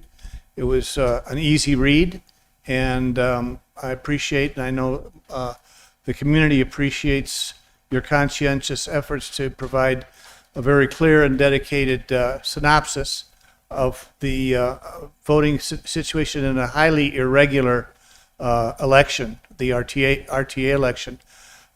Really, I only have one question for you, and that is, what do you foresee or predict or envision as any kind of new approach for the upcoming primary election and any elections after that? Chair Allen, members of the board, good afternoon. Thank you for allowing me to be here to actually speak to that. So for future elections, of course, we now have our portal, citizens portal, where individuals who present propositions to the county that the county is responsible for can now have citizens provide their arguments for and against anything that they put forward. So that is definitely a step forward. We are actually required to have that, but that's a step forward, as well as our new election night reporting. Got to highlight that, our new election night reporting, where you can actually see the results of the county's election right there immediately without having to go to the state's website to see it. Of course, with statewide elections, you still have to go to that site. One of the major things that we have implemented so far is the ballot proofing, which I'll have more information, of course, after we get through this election. But so far with the new ballot proofing and having the additional individuals come in to take a look at what we're doing. Of course, anytime when you look at something all the time, it all begins to look the same. And as far as you know, it's correct, right? So your brain begins to kind of transform things into what it should be when maybe shouldn't. So very small, minute, maybe formatting, maybe quotation marks. One may be one way, one may be in a different direction. Bolding, different things like that were caught very quickly with these proofers. So I was really excited about that. And then just other things that we would, in the first stage of the proofing process, that we actually caught before it actually got to the third tier, which would still be in my office to proof. So we were really excited about that. The timeline worked out well, and we were able to get those proofs out to the candidates this week for them to review so that we can timely submit those to the vendor. Moving forward, the recorder's office and the elections department, we work very closely together. We communicate often, before the election, during the election, and after the election. And so I think what we are looking forward to going forward is a better coordination of election day when we do have vote centers open, and there are sites open for early voting, emergency voting on Monday. When we do our Monday night setup, a better coordination of how we transition from one part of the election to the other part before election day. We are in the process of meeting with libraries to ensure that everyone has an understanding of the two different functions, the two different offices, what the different requirements are, that the recorder's office is actually a separate entity who needs the space for 27 days, whereas the elections office only needs that space for basically 2 days. So we reserve it for the Monday to go in and set up, and then we reserve it for Tuesday. Lots of things to look forward to. One of the things that you can look forward to is the new law that is in place, and I'm gonna make this very brief, where individuals can drop off their early ballots at a vote center, have it ID verified. So we would verify the individual's identification. We would stamp that early ballot. It goes in a separate box for us, whereas that ballot now does not have to go through signature verification because we've already verified it at the vote center. And so one of the exciting things about Pima County is that we are already implementing where we can check these voters into our e-poll books, and we can verify at the end of the night how many we checked in against our count of ballots, physical ballots that we have. We can produce a report for the recorder's office where they can upload that information and give the voters a record of vote without actually having to touch these ballots a second time. So we're really excited about that. So that's a new process that will be in place on election day, and more information to come. So we will have some communications going out about that so voters will know what to expect on election day. So. And I failed to mention also a thanks for your accessibility. And if there's ever been an issue with any of my constituents or anybody in particular that with the voting process, you and your staff have always been accessible, always been available, and it's highly and greatly appreciated for that kind of forthcoming. So thank you. And I think as my final question to you, Ms. Hargrove, do you have any idea what the final question I might be asking you right now might be? What's keeping me up at night? That's the one. Honestly, lots of things. So, but thank you for that question. Nothing specific you'd want to share? No, sir, not at the moment. Well, thank you again very much for your report and for your thoroughness and preparation. Madam Recorder, I have a number of questions. One of them we discussed the last time you were here on this issue, and that has to do with the vote mobile. In your final report, you mention that this project was made possible by a grant from the Donna Autumn Nation in partnership with the Pima County Board of Supervisors.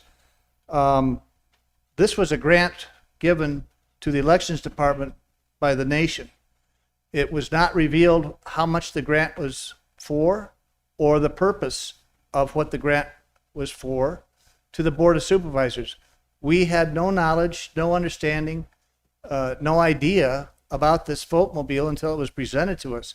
And I think it's not accurate to say that we were in any kind of a partnership when the Board of Supervisors never received any information on it, nor did we approve it or not. But you were able to get it approved through the process, but it was not divulged or brought before the Board of Supervisors. If I may, that's actually not true. We did go back in and look at the records, and we did find that the Board of Supervisors did receive the grant and approve the grant. We were not advised of what the grant was for, nor were we advised as to how much. Oh, we saw the grant language. That was after it was accepted. It was what I saw was that the board had saw and approved the contract. Well, that was not my understanding, but be that as it may, my understanding from our discussion in the last time was that there was no prior knowledge of what the grant was for, what it was going to be used for. But let's move on to the actual vote-mobile statistics in your report. You do indicate the places of location that the vote-mobile went, and the amount of ballots that were dropped off, and the replacement ballots that were issued on site. So if you add up all of the locations, roughly 1, 2, 3, 4, 5, and at those 5 locations, 1,948 ballots were dropped off, and only 42 ballots were issued on site. So 42 people actually voted, while there were just under 2,000 that were dropped off. So really, this is more of a dropping off center rather than a vote center. Chair Allen, supervisors. First, I'd like to respond to the confusion about the grant. The grant was unanimously approved by the Board of Supervisors on September 6, 2022, and a second supplementary grant was unanimously approved on August 8, 2023 for the purchase of the mobile voting unit. It was very clear within those documents that that was the intention. We went through all appropriate legal processes, through procurement, through legal. We did everything according to the requirements of Pima County to procure that vehicle. And it was very much communicated that we were going to have this mobile voting unit. So that's one. The next thing is, yes, our mobile voting unit is both used for ballot drop-off as well as issuing ballots on site. Many of our locations throughout Pima County have a higher number of ballot drop-offs than they do actual ballots being issued. It is both a part of the benefit of having early voting sites in all of those locations, and a vote-mobile is simply a self-contained early voting site. Well, I think we're not going to be able to agree on the how it was procured, because this was an agreement that was a pass-through item. No grants were listed. And we went through each Boss Air agenda item. No mention that this was X amount of money for the vote-mobile. That's our finding. I guess we'll have to agree to disagree on that. Moving on to observers.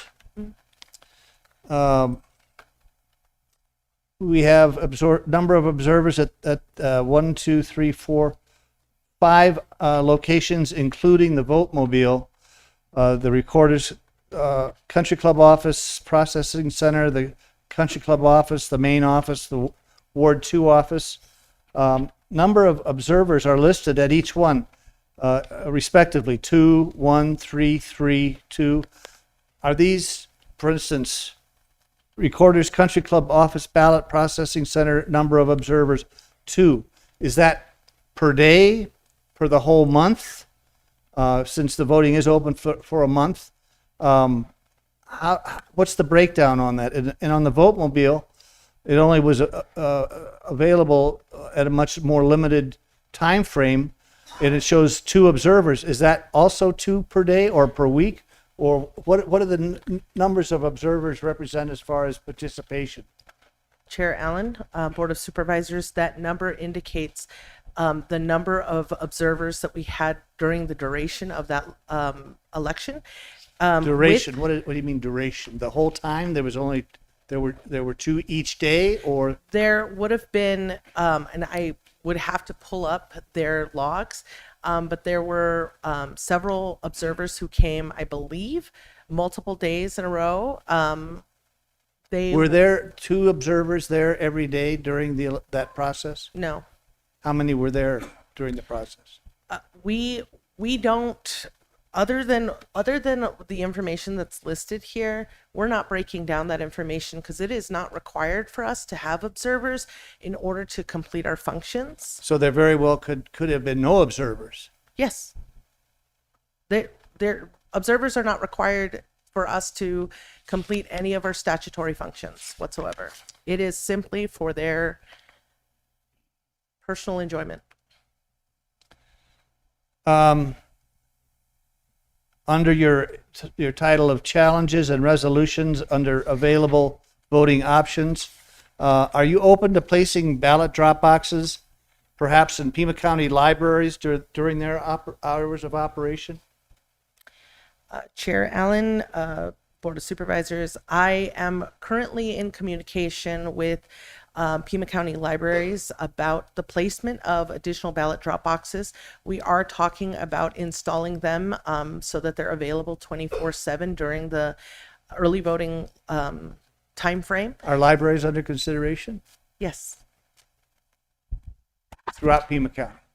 Not throughout Pima County because we have a large number of libraries here, and each ballot drop box is very expensive. It is a $6,000 box for just the box. That does not include freight, taxes, placement, the waterless fire extinguisher, cameras, nor the couriers to empty them. So it is a very expensive option for us to have. However, in locations where there is high volume, or maybe in areas where it's low volume, in rural locations, we are looking at installing boxes in those additional locations. So currently we're in conversation with Ajo, Cells, Sahuarita, Oro Valley. We're trying to get the University of Arizona. It's not looking like it's going to happen this cycle. We may be bringing forth additional amendments to our drop-off options. We're hoping if we can move this through as quickly as possible that we could have those in place before the primary, but certainly before the general election. Could they be placed inside the libraries? That way they'd even be more secure and easier to access and operate during hours? I'm sorry, if I may, Supervisor Christie, these are very specific questions. I'm wondering if perhaps you could submit these in writing to the recorder and get answers to some of those specific questions, because I'm not really sure where we're going. I've only got a couple, 3 more to go, and it won't take me long, Madam Chair. And if it gets to be that we can't get an answer, we'll be glad to do that. But just a couple of more questions. One of the issues was a website reporting versus Canvas report, and that the Elections Department caught a discrepancy in the number of eligible voters, and the Elections Department corrected the total that was in the discrepancy. How are you prepared to address those complaints? Chair Allen, Board of Supervisors, I guess I would like to understand your further question. That issue has been resolved? I don't understand your question. Well, I'm just going by what you say in your report. It doesn't say it's resolved. It says that there was some discrepancy in the number of eligible voters, as well as also in the single ballot affidavit return envelopes. And you say, we are prepared to continue to address these complaints. I see. My apologies for that. So the original number of eligible voters that we submitted to the elections department included a number of federal-only national active voters who are not eligible for jurisdictional elections. It did not make any changes to any of the, no ballots were issued to those folks. If they had come, it would have shown up as national active or federal only. And so we realized that we had sent the quarterly report. We're required to send those to the Secretary of State's office. And because this is such a rare, it's such a rare countywide election, it was, my staff inadvertently sent the quarterly numbers, which normally would have sufficed. Again, this is specific to a jurisdictional, and so those numbers would have been correct for a federal election. And so we simply sent the wrong information. We completely own up to that. We had a conversation with the elections department, and it was through our standard audits that we have multi-day audits after an election to ensure that all of our numbers match up to what they're supposed to. And if there is any reason that it doesn't, it's a red flag for us to take a look at the data. And that's exactly what happened. And so, yes, this has been resolved. It was resolved in time for the canvass. It was completely appropriate. It was completely resolved. It was simply a matter of those federal only voters being reported. And that was, again, it made absolutely no impact to the voters. No voters were impacted whatsoever. And we were able to resolve that.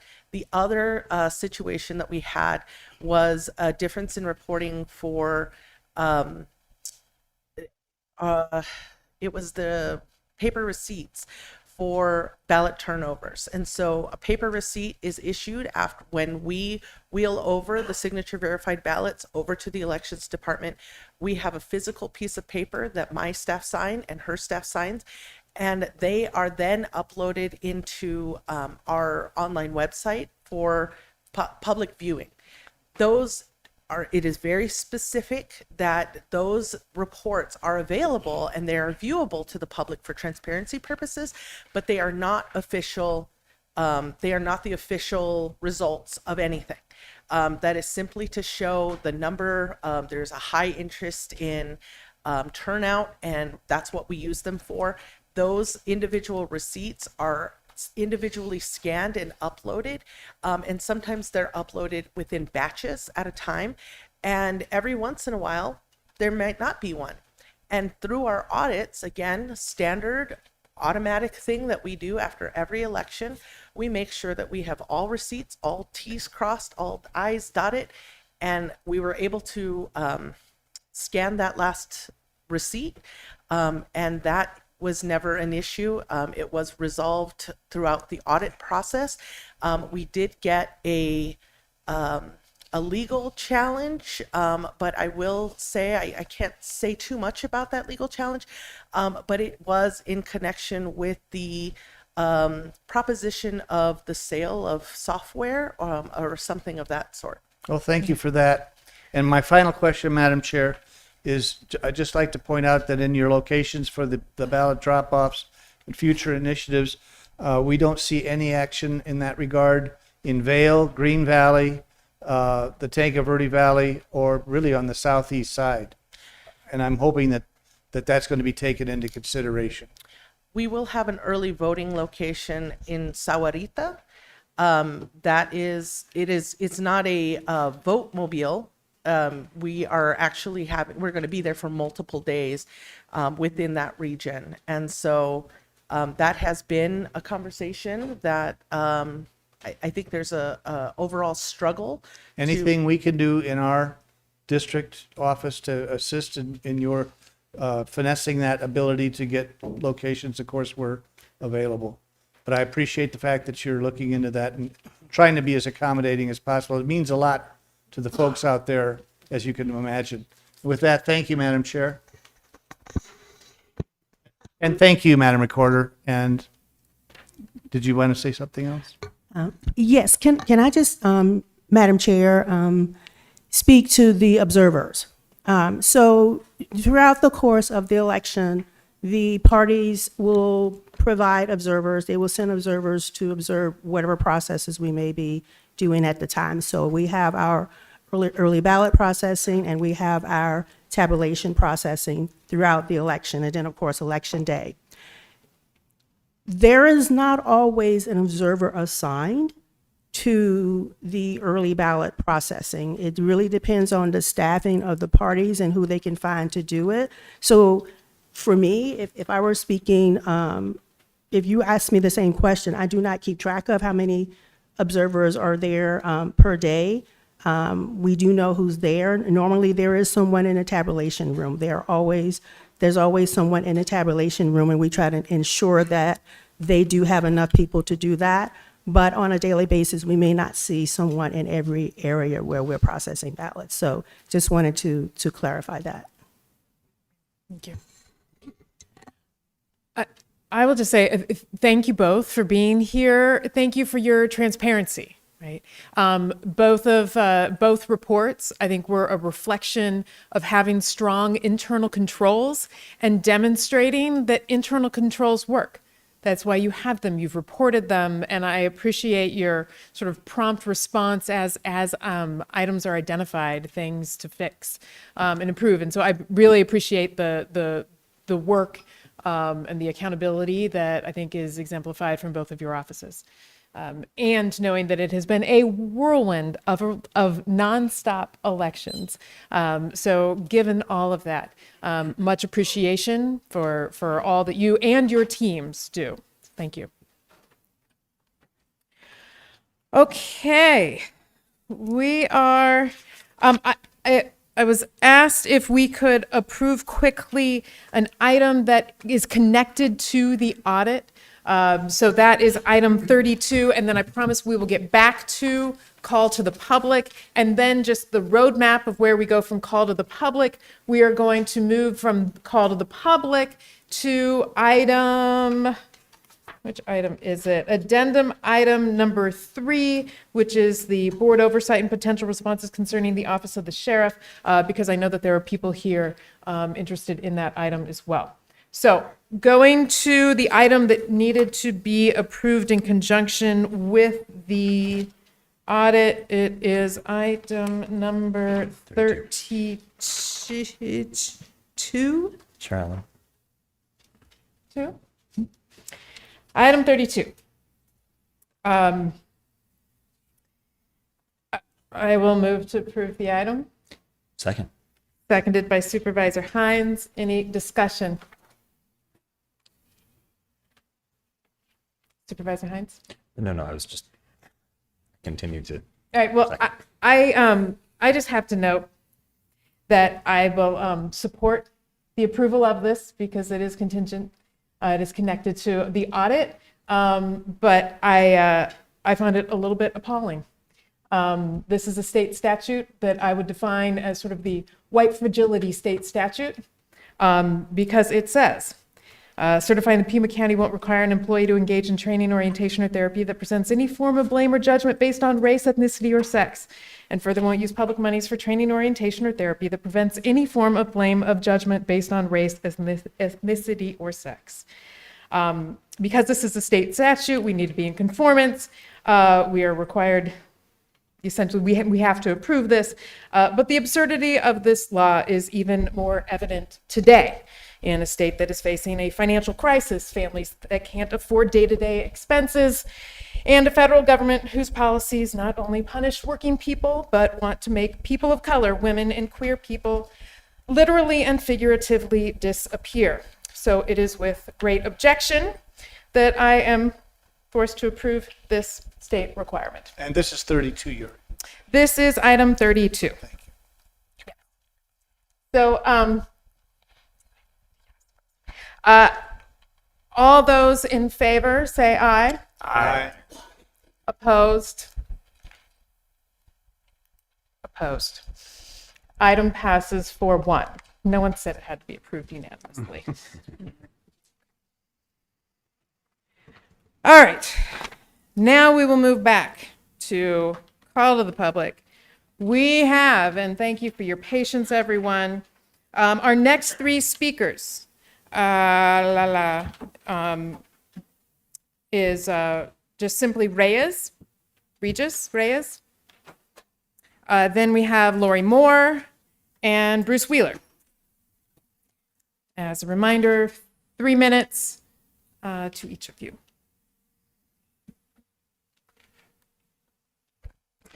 Hi, my name is Reyes Suarez. I'm not a paid speaker, though I am presenting on behalf of DFLOC Tucson. I want to thank you for having these evening sessions and allowing those who work the standard schedule an opportunity to voice our concerns. Today, I want to address AI surveillance. From 2019 to 2021 in Pima County, there were 4 ALPRs set up. From 2021 to 2024, there were 10 implemented. And then in 2025 alone, there were 227 put up on our streets.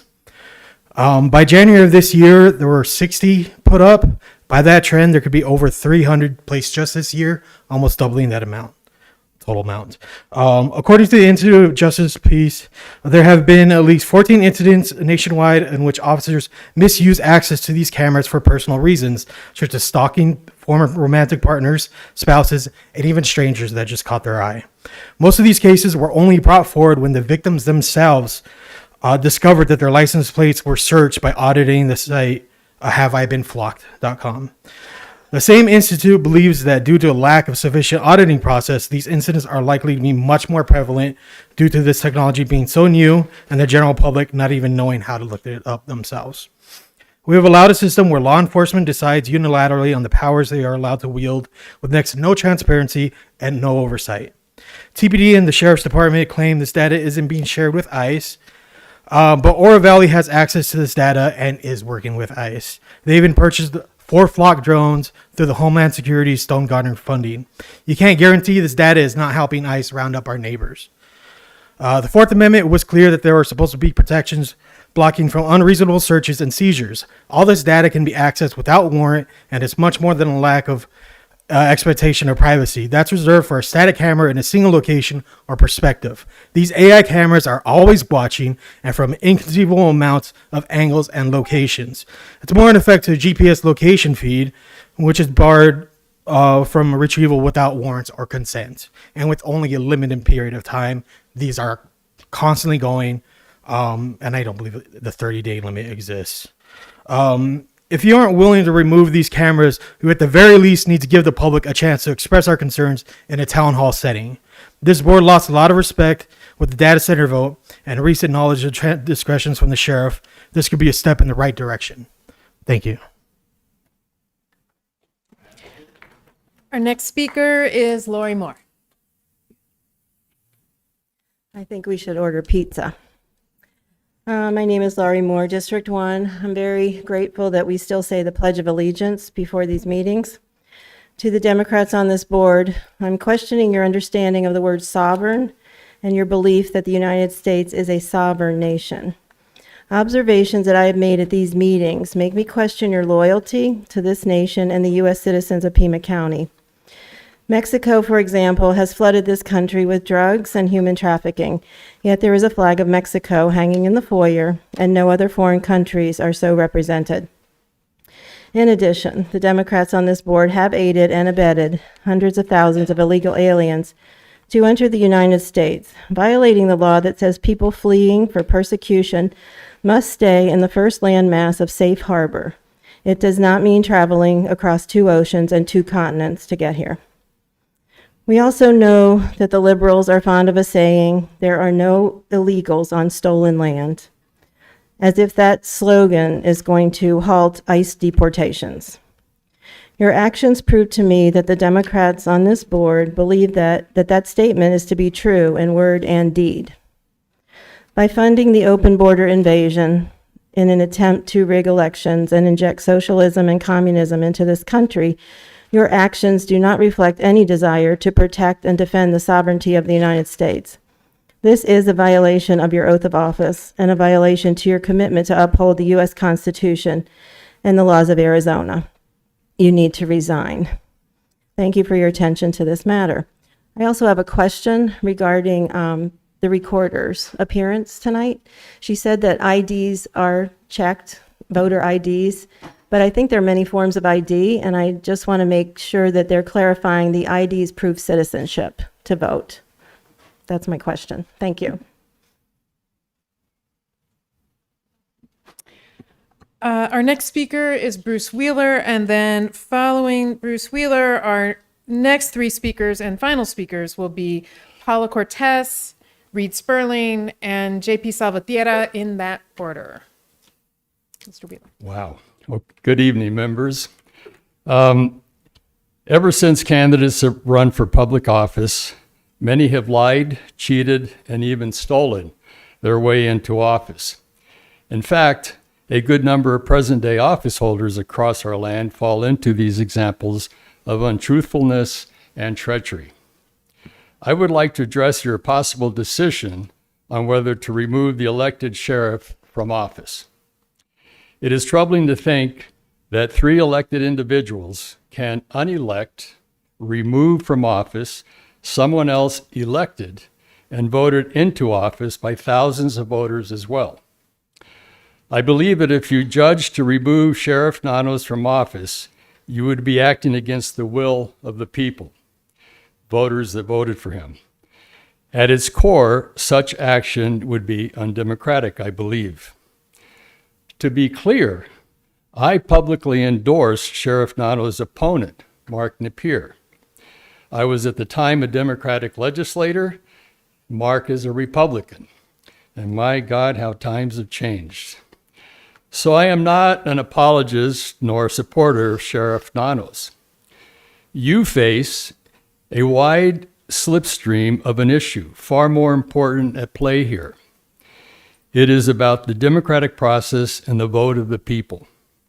In the case of treachery, dishonesty, or incompetence by elected officials, we, the public, are afforded remedies to such misbehavior. We can recall, we can vote them out of office, or we can impeach. In the sheriff's case, the former 2 options are available to us. In summary, with the anachronism of an electoral college, which strips us all of a democratic one person, one vote in our national election process, gerrymandering, which has been unleashed on steroids by both parties, I truly believe that if here 3, 4, or 5 of you were to vote to remove an elected official who may have or not acted dishonorably, but who has not committed a crime, you would be contributing to a most serious decline within our democratic fabric, that of our most cherished democratic values, the voice of the citizen, their vote. Such action may prove to be yet another serious blow against this already sorry collapsing house of cards, our democratic process. Please, I respectfully, to each of you, I urge you, reprimand if you must, but let the people judge and decide this case. Thank you. Thank you. Our next speaker is Paula Cortez. Good evening, Chair Allen and members of the board. My name is Paula Cortez. I'm here with my son, Christian Cortez. My younger son, Jonathan, died on April 2nd at the age of 36.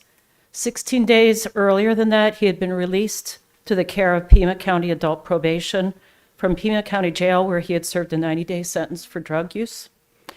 I am here because I feel strong responsibility to share publicly the series of events that followed his release, in the hopes that it never happens to another person in a similar situation. My son's sentence included a mandated door-to-door handoff from jail directly into residential treatment through adult probation, and both he and I were grateful for it.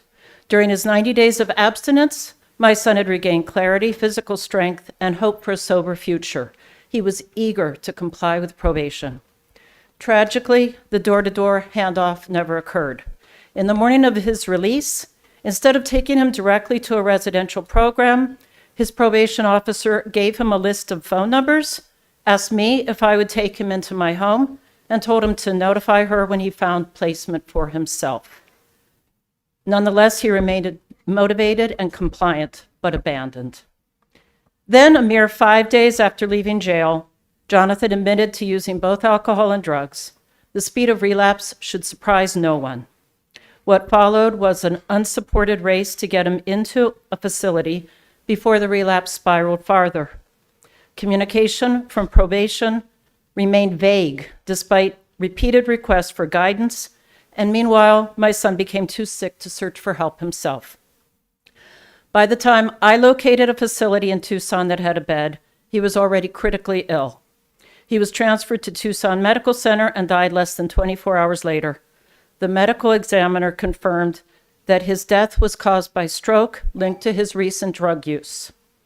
Since my son's death, I have learned about the budget and staffing shortages and overwhelming caseloads affecting Pima County adult probation.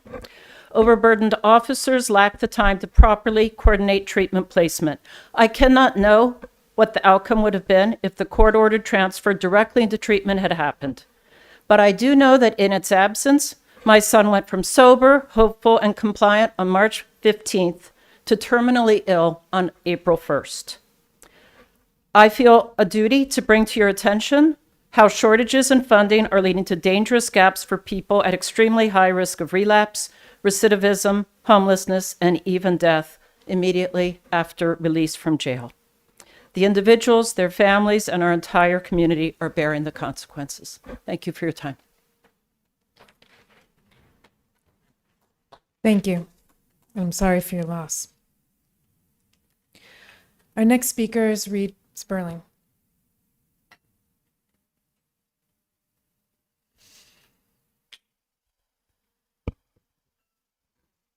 Good evening, supervisors. My name is Reed, and I'm not paid to be here. Pima County residents and communities across Arizona are fed up with the willingness of our elected officials to commodify and sell off our land and water for surveillance enabling big data centers.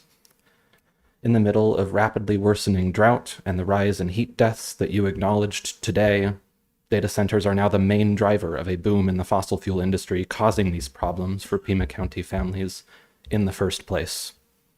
Your constituents' increasing frustration with this untenable situation is shown in part by the disruption that took place at the law offices of Lazarus and Sylvan last Thursday. These attorneys are representing Beal Infrastructure, the developer of the Project Blue data center, widely opposed by Pima County residents and unanimously rejected by the Tucson City Council. Supervisor Hines and Supervisor Scott, when Beal lied to Pima County last summer about your contract with them, you did not speak out then. When Beal made a deal with TEP, planning to pay for hundreds of megawatts worth of new generators by raising our electric bills, you did not speak out then. When you had a chance to review the health impacts of Project Blue, you voted no. And when Beal was recently caught stealing water from the city of Tucson, you did not speak out then. Instead, you quickly stepped in to defend Beal's lawyer, Lazarus and Sylvan, after protesters played drums and carried signs inside their offices. Is this really where your priorities lie? As far as I'm aware, protesting remains legal and the physical safety of Lazarus and Sylvan's staff was not threatened. I was watching their presentation to the Arizona Planning Association on Zoom. At the time, they were able to resume the presentation just a few minutes after the disruption began. The presenter said he wasn't sure he could have had a better introduction to his discussion of the history and politics of zoning.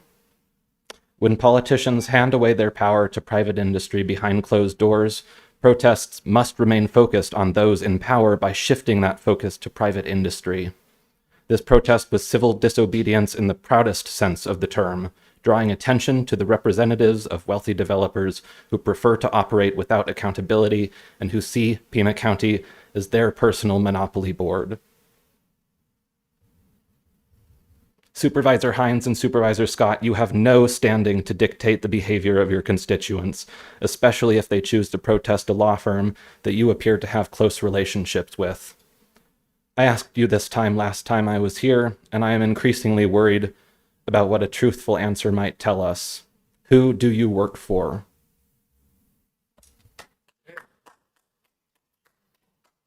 Thank you. Our next speaker is JP Salvatierra.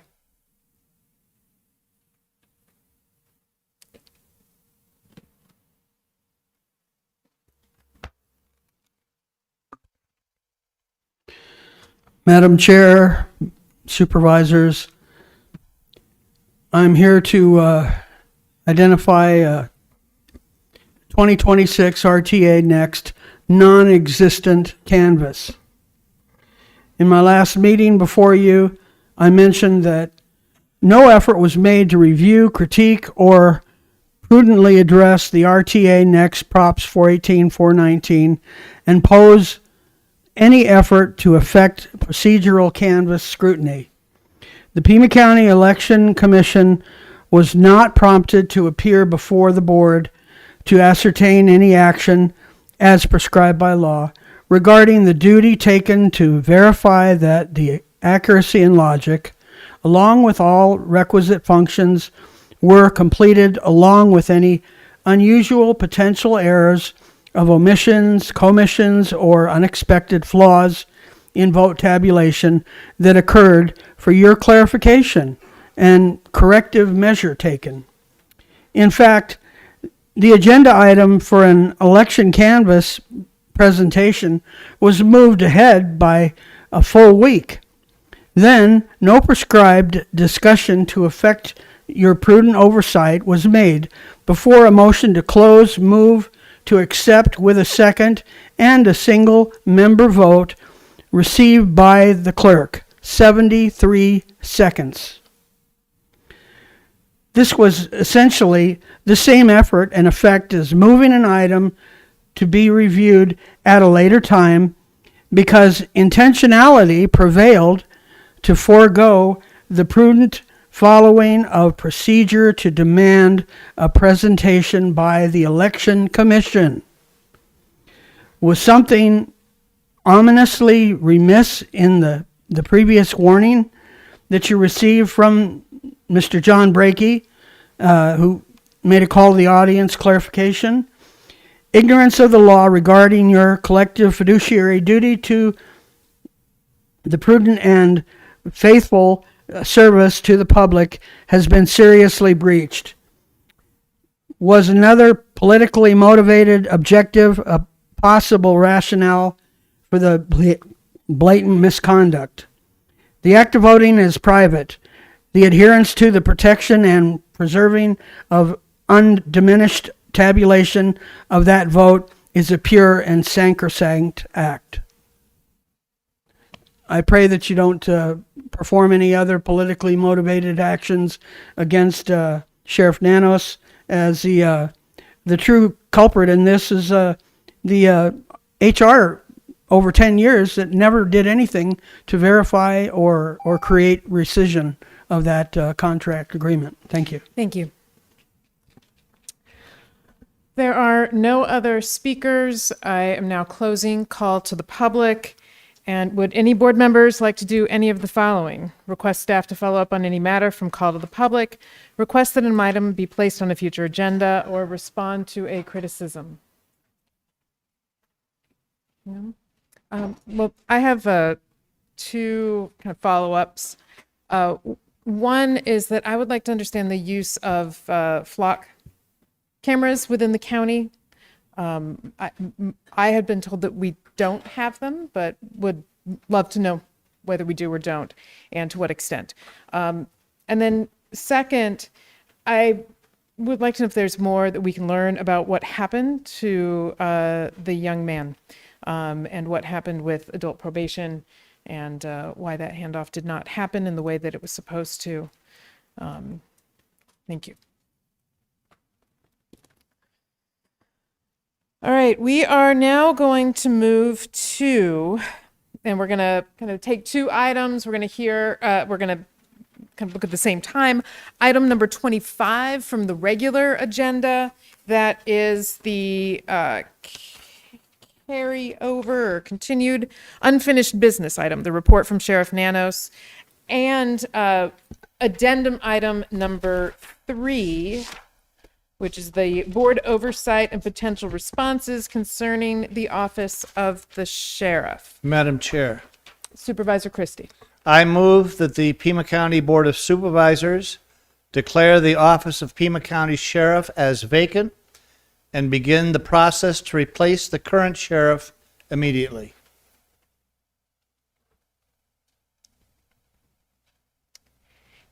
Hearing no second, the motion fails. Supervisor Scott. On the advice of legal counsel, I move that we take no action to declare the office of sheriff vacant, nor to move for the removal of the sheriff based on Arizona Revised Statute 11-253. Also, on the advice of counsel, I move that we refer allegations of potential perjury by the sheriff to the Arizona Attorney General's office and to direct the county administrator to do so on behalf of the board, and that the board takes no position on whether or not perjury was committed. I will second. Seconded by Supervisor Hines. Any further discussion?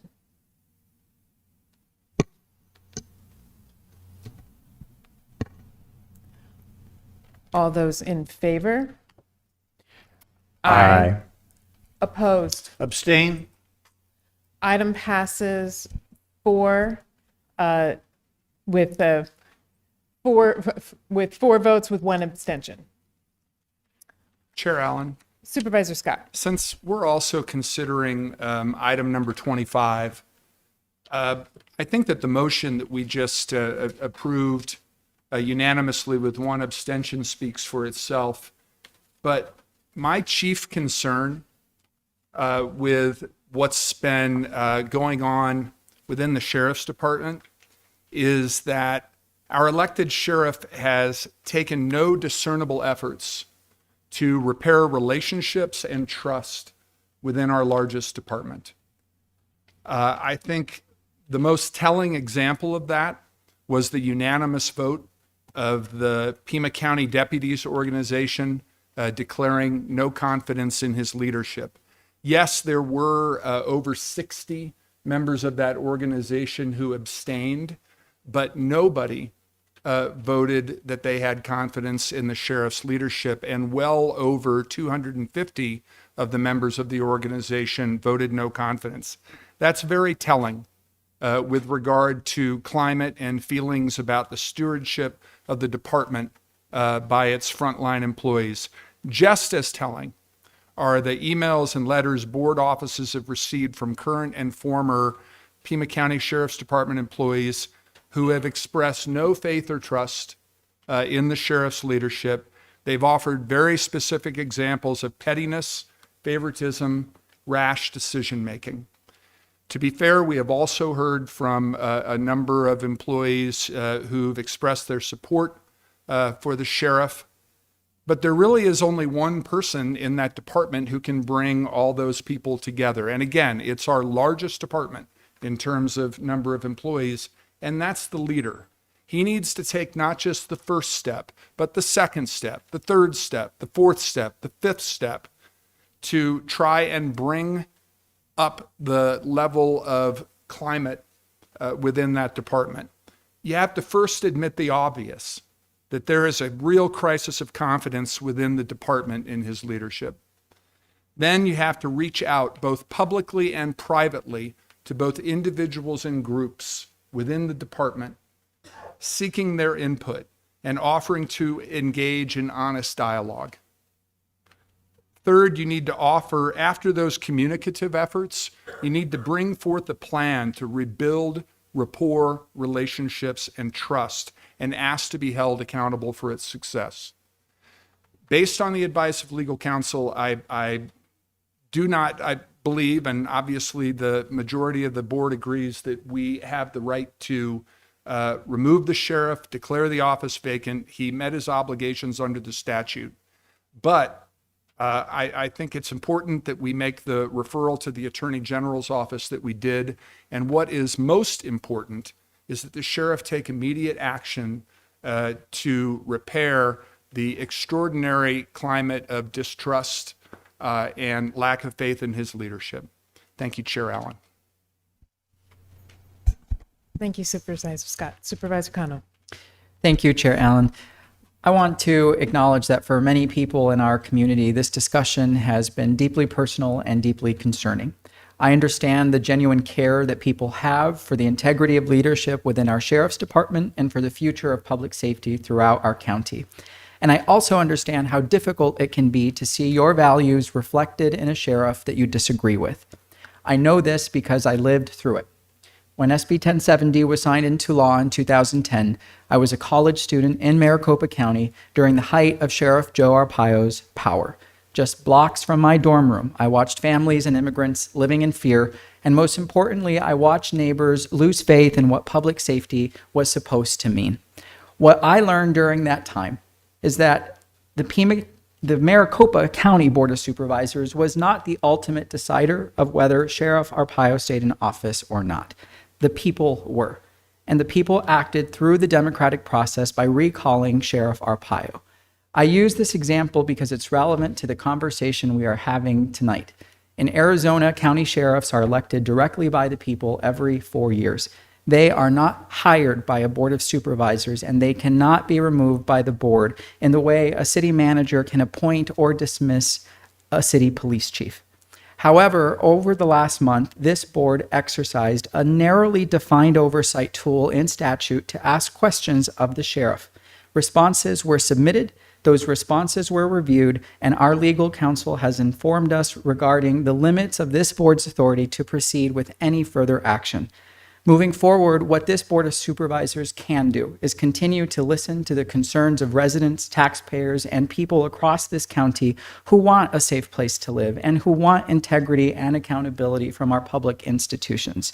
And while much of this discussion has centered on one individual, public safety in this county depends on far more than one person. 1,500 of our 7,000 county employees work for the Sheriff's Department. They are the public servants answering calls, responding to emergencies, conducting investigations, and serving communities across our entire county.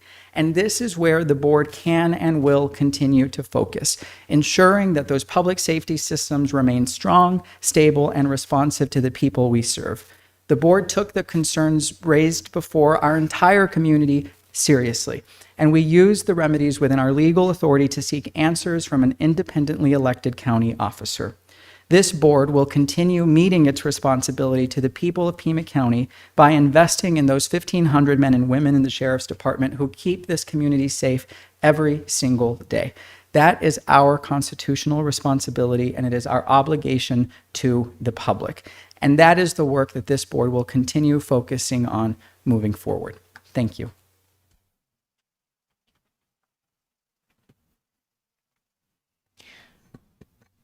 I want to thank my colleagues for your really thoughtful comments.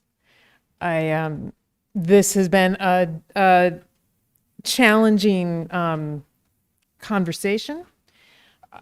I think that the thing that I am clinging to, holding on to, is the department. And I think, as Supervisor Kano alluded to, that it is the Sheriff's Department is our largest department in Pima County. And we rely on the deputies every single day. I represent a rural district, a district that is comprised of families who live out down bumpy dirt roads, seniors, immigrant families, other folks who call Pima County home. They rely on the Sheriff's Department for trust, right? That when they need to call the sheriffs will be there, that justice will be served, that there will be responsiveness, that there is accountability, right? These are essential values for essential services for some folks who are most isolated, for people who are most vulnerable, and people who live in fear. I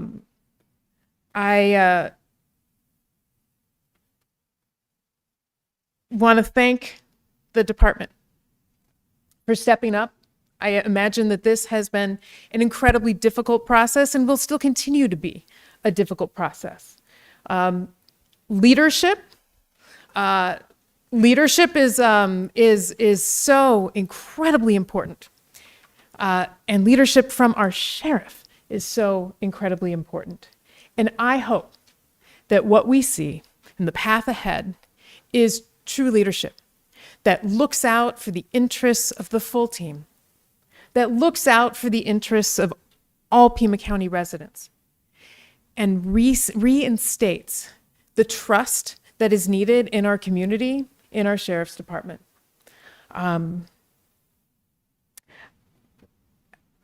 leave it at that.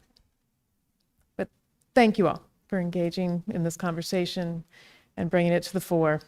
I appreciate that.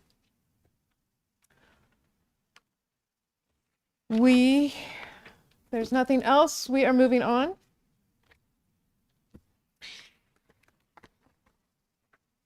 We are going back to item number 11 of the regular agenda. This is a contract with the Arizona Water Company. I move to approve the item. Second. Seconded by Supervisor Hines. Any discussion?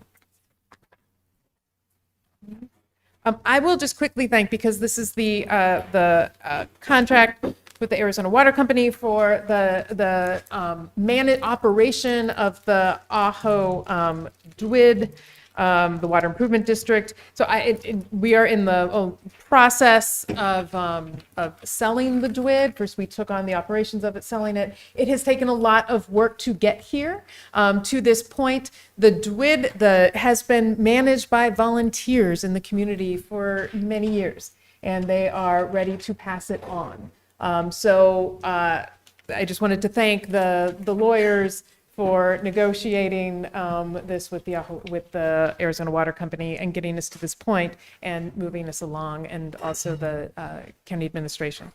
So all that said, if I may, yes, Chair Allen, please. Just to build on what you said, I want to thank publicly the volunteers in Ajo who continued, as this was much more complicated than our attorneys thought that it would be, and they continue to volunteer to keep the work moving. So just wanted to publicly acknowledge them and you and your staff for helping them get this across the finish line. Thank you. All those in favor? Aye. Opposed? Item passes 5-0. Moving on to item 12, this is a contract related to right of way. I will move to approve the item. Second. Second by Supervisor Hines for their discussion. All those in favor? Aye. Opposed? Item passes 5-0. And I did not actually note, but I should have, that those last two items we voted on sitting as the Ajo Domestic Water Improvement Board.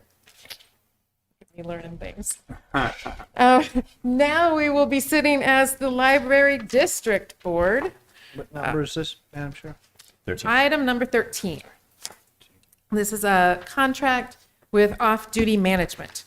Move to approve the item. Second. Seconded by Supervisor Hines. Any discussion? Madam Chair, Supervisor Christie. this item is interesting, if not troubling.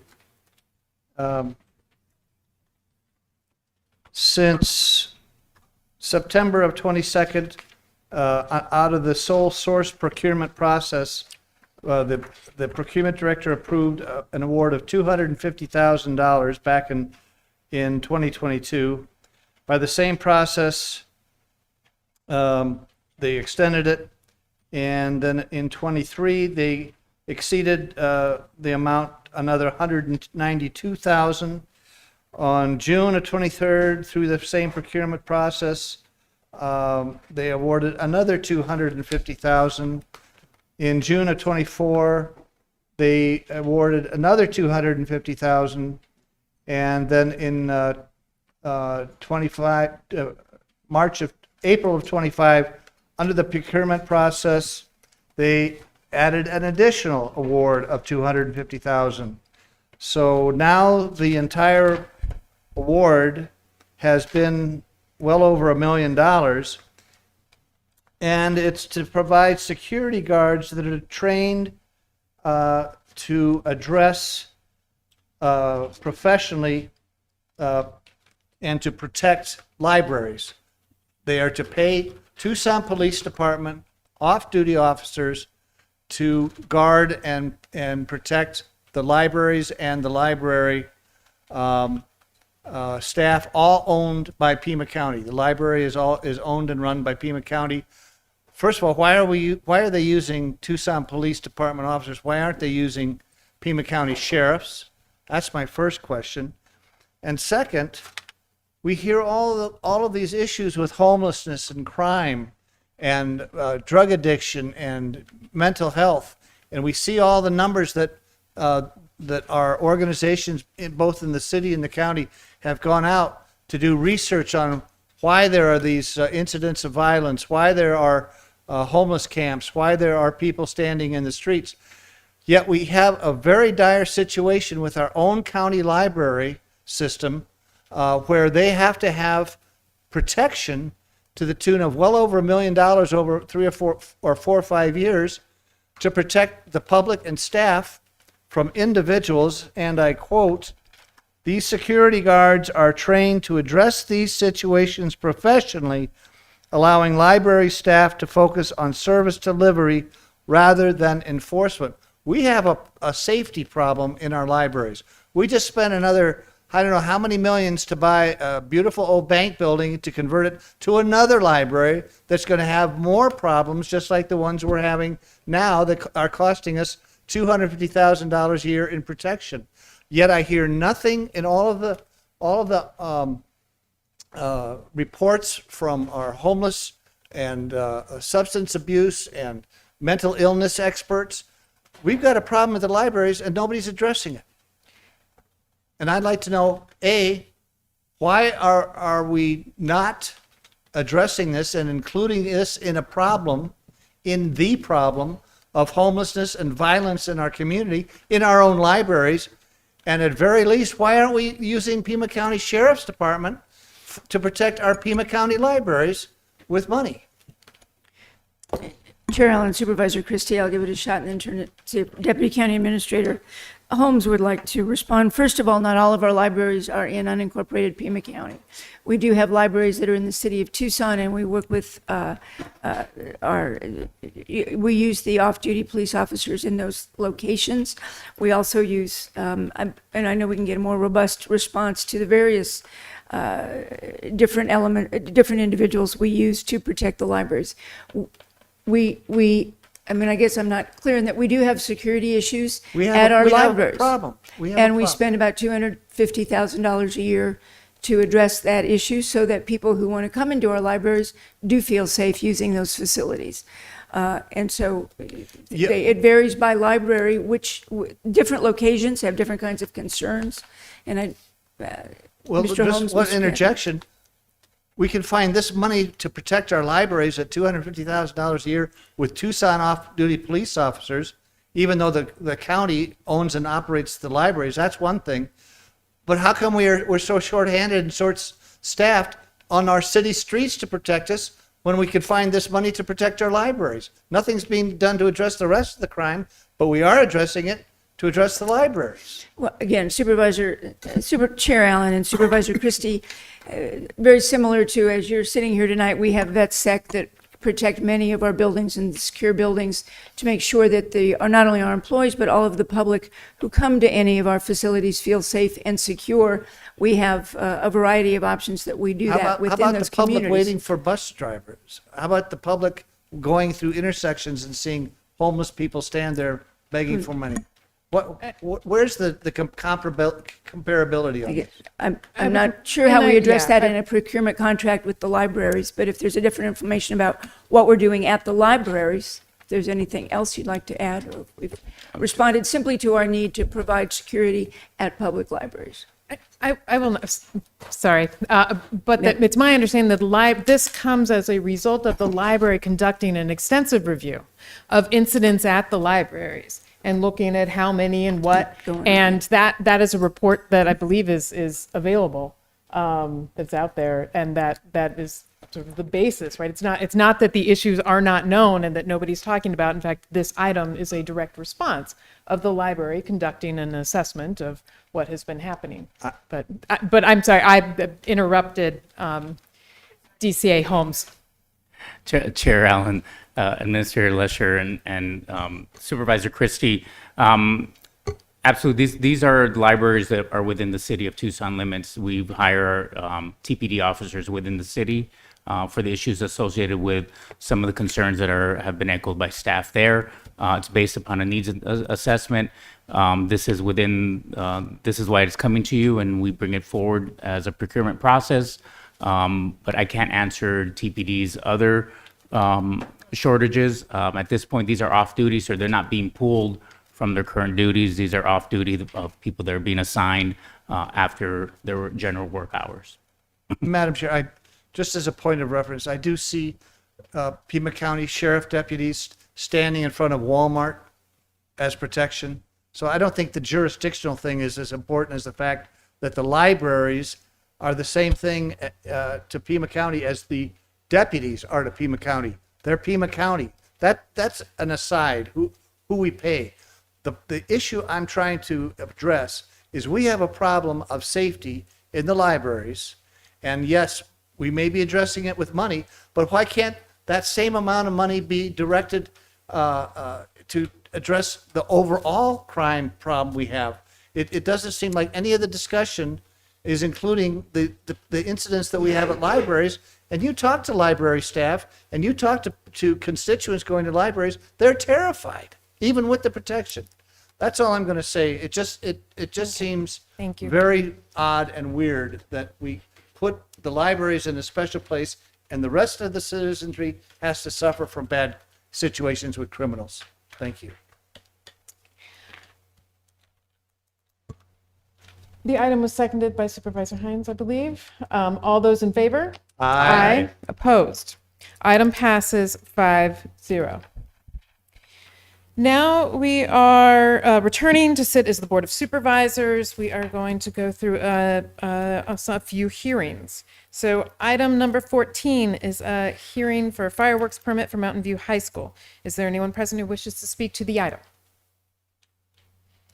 All right, then I move to close the public hearing and approve the permit. Second. Seconded by Supervisor Scott. Any discussion? All those in favor? Aye. Aye. Opposed? Motion passes 4-1. Next hearing is Walden Grove High School fireworks permit. Is there anyone present who wishes to speak to the item? Hearing none, I will move to close the public hearing and approve the permit. Second. Seconded by Supervisor Scott. Any discussion? All those in favor? Aye. Opposed? Nope. Item passes 4-1. Next item is a hearing for a liquor license. Is there anyone present for a Quick Mart on Flowing Wells Road? Anyone present who wishes to speak to the item? Hearing none, I will move to close the public hearing and approve the liquor license recommendation. Second. Seconded by Supervisor Hines. Any discussion? All those in favor? Aye. Aye. Opposed?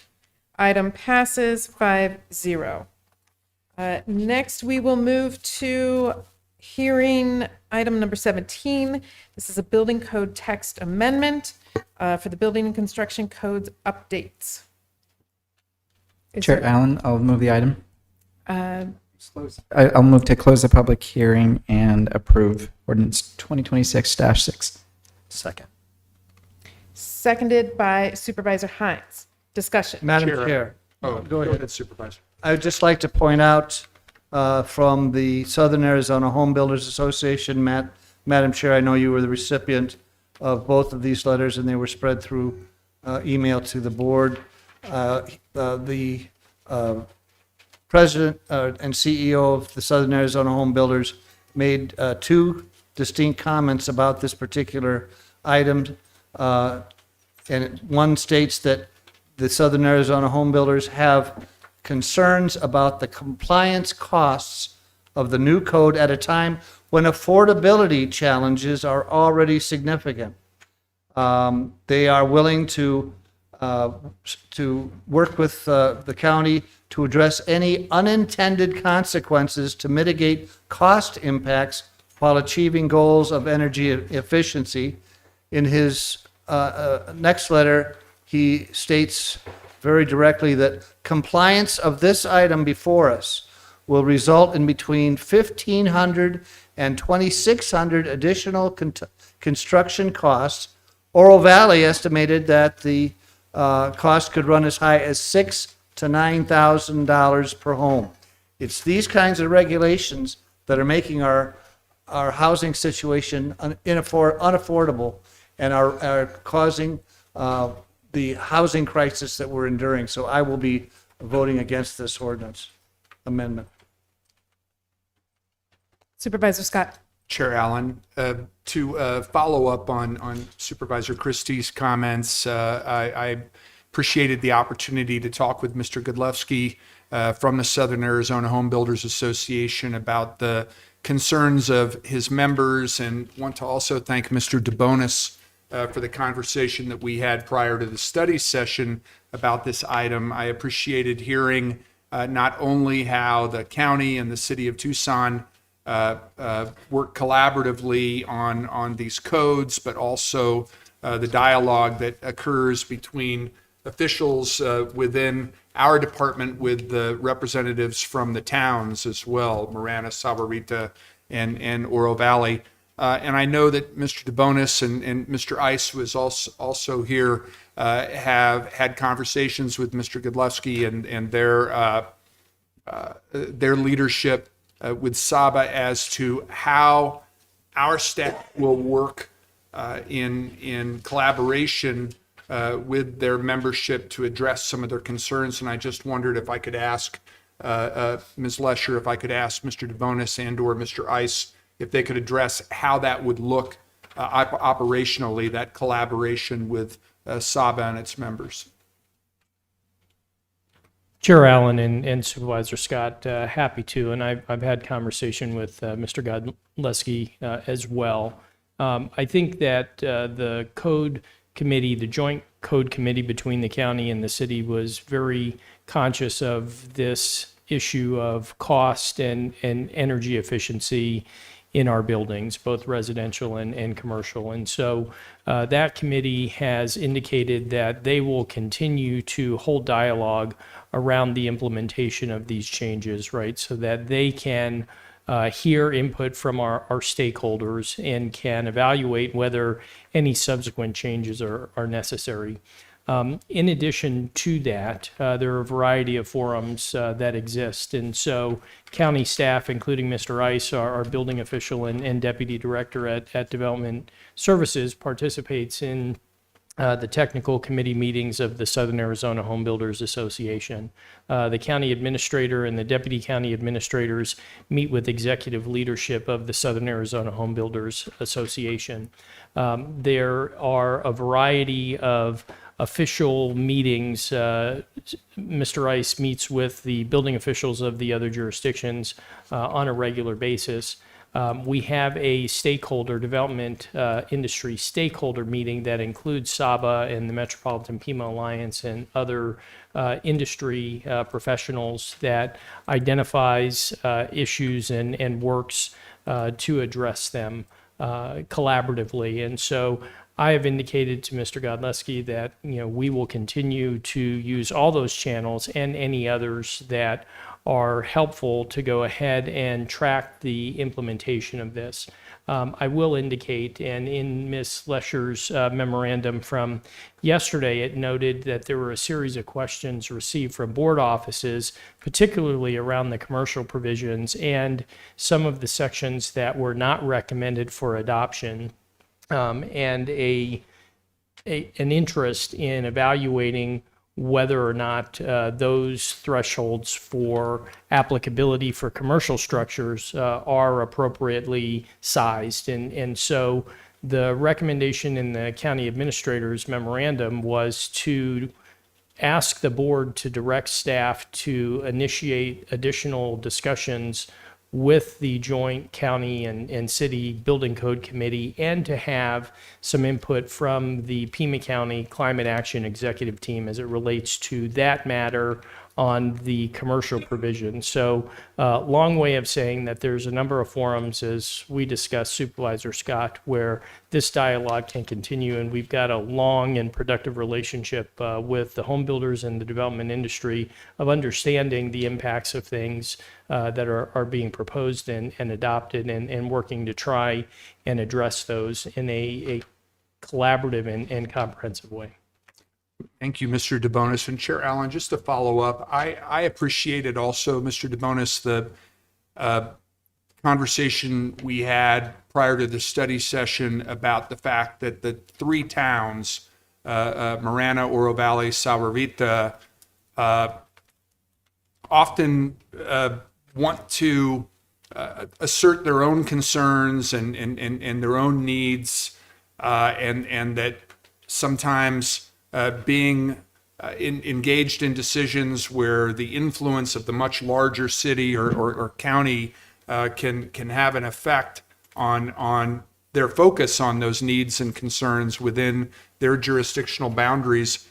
But I just think that moving forward in the interest of regional consistency, I'm hoping that the city and the county can look for more ways to reach out to the towns.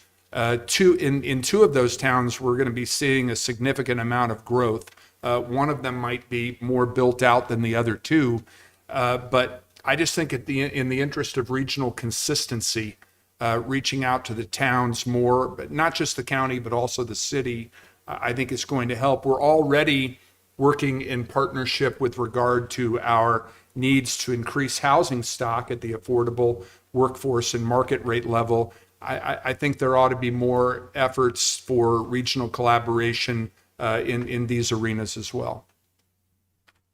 Thank you. Thank you, Chair Allen. Sure.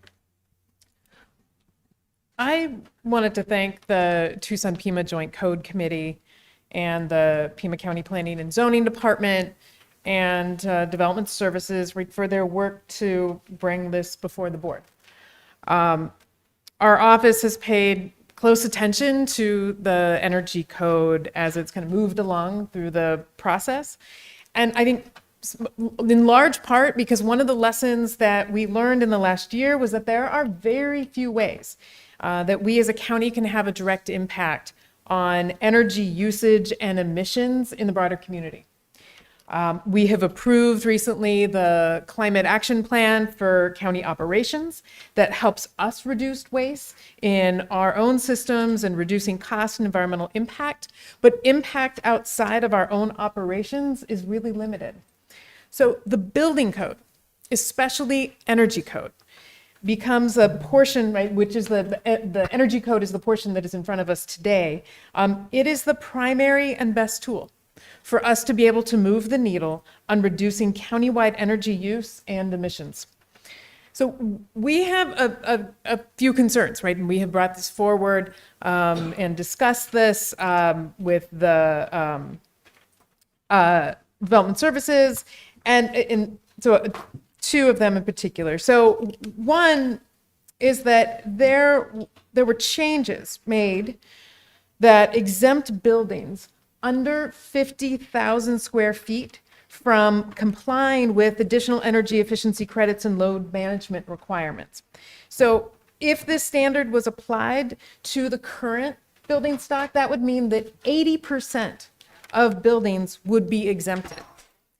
The International Energy Conservation Code recommends that these codes apply to buildings that are 1,000 square feet or greater.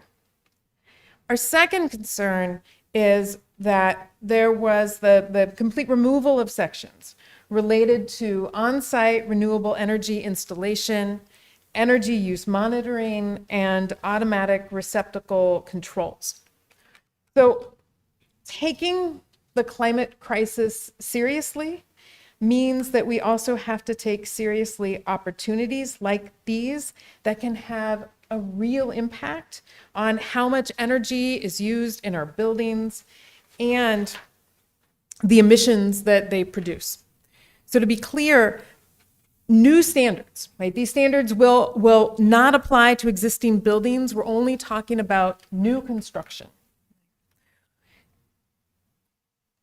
I don't like the framing of sort of cost versus climate, right? We need a code that is practical, but strong enough to reduce energy use, lower long-term costs, and support better building stock over time, right? We heard today when we discussed our 2026 heat plan. We have discussed our climate plan. Our office, one of the greatest calls that we get is around people who are struggling to pay for their utilities.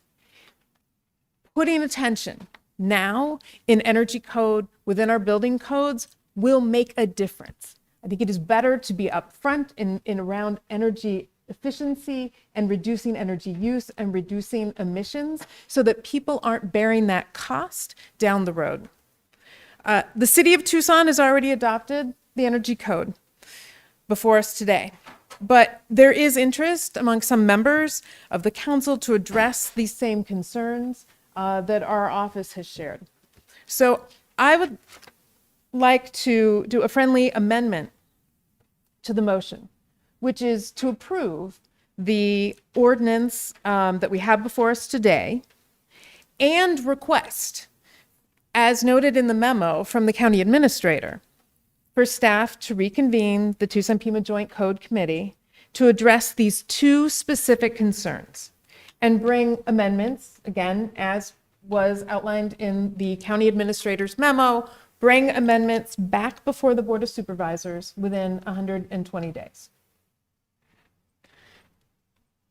I would continue to second and adopt or accept that if the motioner is okay with that, but could we make it maybe 180 days? We could, although 120 was a time frame that was acceptable and was delineated in the memo from the county administrator. And that's fine.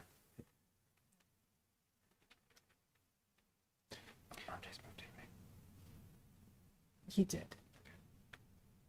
What's that? You moved the item, so I think there's. Oh, I was like, why is everybody looking at me? I have a wager that we're going to be done by 8:12, and I'm not winning that. So shows you where I'm focused. Administrator Lesher, does the motion and the friendly amendment adhere to the administration's belief that you can have both adoption of the code as presented and the opportunity to come back to the board with additional recommendations? Chair Allen and Supervisor Cano, yes, it does. Thank you. Okay. So yes, I accept the friendly amendment. Thank you. Seconded by Supervisor Hines. Any further discussion? All those in favor? Aye. Aye. Opposed? No. Item with amendment passes 4-1. We are, thank you. Moving to item 18, which is approval of the consent calendar. Chair Allen, Supervisor Hines. I would like to pull for separate consideration item number 5, the consent calendar. Okay, item number 5 is pulled. Madam Chair, I'd like to pull item, how is it? On the consent. Excuse me. Item 11. 5 and item 11. And maybe I could speak to that because it could be bundled in anyway. In other words, we don't have to do it separately. But if I may, we have some representatives from my district in Green Valley who have been patiently waiting to hear this item passed. They worked so hard at formulating this that they came all the way up here and had to sit here through this lovely meeting at this time of day. And I can tell by your demeanor that you've really enjoyed it. So in their honor, Madam Chair, I'd just like to make a special acknowledgement that they are the Green Valley Gardeners, and they're been working to provide Pima County license for right-of-way encroachment to access county right-of-way medians to plant, to water, and maintain vegetation and related irrigation equipment. And that there's no cost involved, but their hard work and labor, and they deserve to be recognized for their efforts, and they are proud members of the Green Valley community, and we are grateful for all the work they've done, and we thank you so much for all your efforts, and especially for surviving tonight. So thank you so much for being here. Thank you. And other than that, if you want to bundle it in. With the rest, keep it? Yes. Okay. I also was really impressed when we read the item that you do all of that work as volunteers. Thank you. Okay, so I will move to approve the consent calendar with the exception of item number 5. Second. Seconded by Supervisor Hines. All those, discussion in favor? Aye. Aye. Opposed? Consent passes 5-0. We will take consent calendar item number 5 now. That is a contract, procurement contract with Sunt Construction. Thank you. I'll- Yeah. Oh, sorry. You can go ahead. I'll move the item. And second. Seconded by Supervisor Hines. Discussion. Thank you, Chair Allen. This is with regard to the downtown library relocation, and I just wanted to hear from staff a little bit, a few more details. 5 years feels like a long time. I'm still stuck on the 22nd Bridge being down for 36 months. So, but 5 years feels like a very long time. So I just wanted to hear a little bit more about, like, is that normal? Is that for real, or like just like a boilerplate thing we put in place in case, or? And also, when is our lease up? Because don't we lease this from the city of Tucson? The current Joel Valdez main library space is leased from the city of Tucson. Do we just if I could hear a couple of those answers, that'd be great. Yeah, happy to. Thank you, Chair and Supervisor. Mr. DeBonis. Chair Allen and Supervisor Hines. So the 5-year terms is fairly standard, and so we don't anticipate it's going to take 5 years, but the design process and the construction process will take us several years. We're getting ready to kick off outreach and community engagement for that project. So that's going to give us an opportunity to hear what the needs are on the design and configuring of that library. So this will have a series of guaranteed maximum price packages that go along with this project. This is a fairly typical structure for these types of contracts when we're dealing with these larger projects. But I assure you that it will not take 5 years for us to complete that improvement. That's great. Thank you for reassuring me. Thank you. Any further discussion? All right, all those in favor? Aye. Opposed? Item passes 5-0. Okay, we have already done item number 19. Moving on to item 20, which is the county administrator hiring process. I think we will have more on this in the next meeting. I think for this meeting, the job post is live. People are applying. Thank you to my colleagues for putting forward some ideas for people to serve on the Community Search Committee.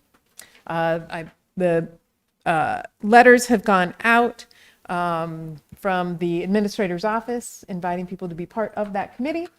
And a rough timeline, I think, has been shared with those members and will be shared, I think, in the next meeting in more detail with all of us, and looking at some questions and other opportunities for engagement for other folks across Pima County and the community. So, yeah. Madam Chair. Supervisor Christie. Would the board entertain a discussion on some bundling of, or are there issues that they want to to discuss? I'm thinking we could bundle 21, 22, 23, 24, at least, and then go through 27 through 29, 30,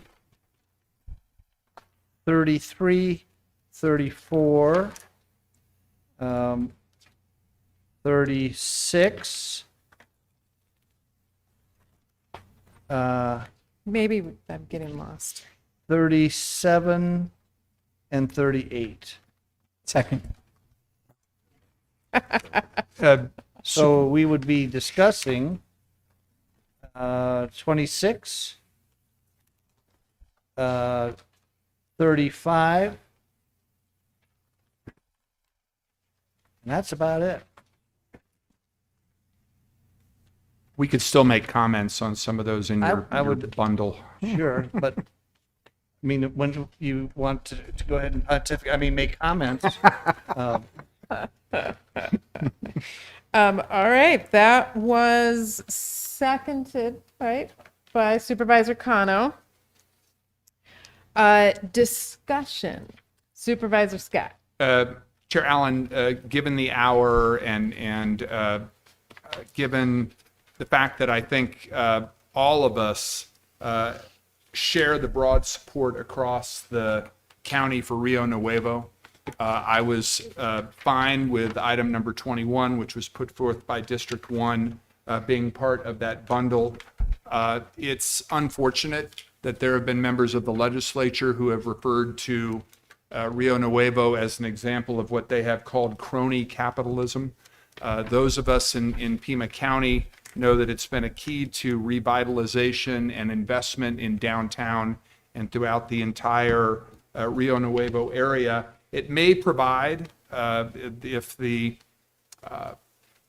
majority caucus budget were approved, it may provide a short-term increase in state revenue, but long-term, it would cost the state money, as well as being a true devastating decision for the people of Pima County. And I also wanted to take a second to recognize the members of the Rio Nuevo board.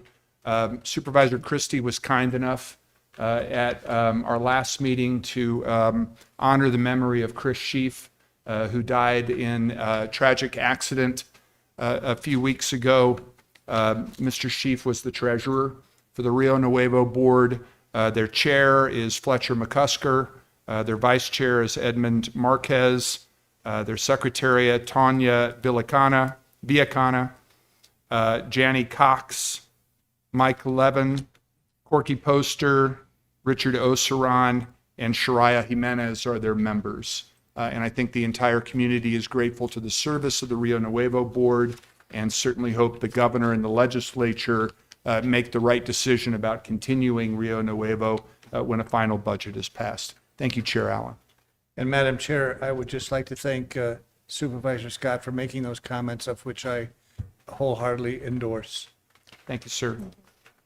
Just one quick thing, if I may, on Rio Nuevo. I, of course, support it, and I was in the legislature when it happened, I think.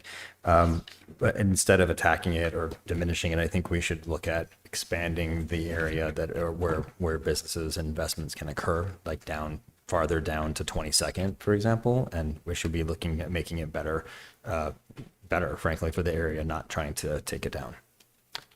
Supervisor. Madam Chair, if I may ask a question, as Supervisor Scott did on one of the items, just for clarity, number 38, one of the deputy directors might be able to help here. What is the completion date of the work encompassed in item 38?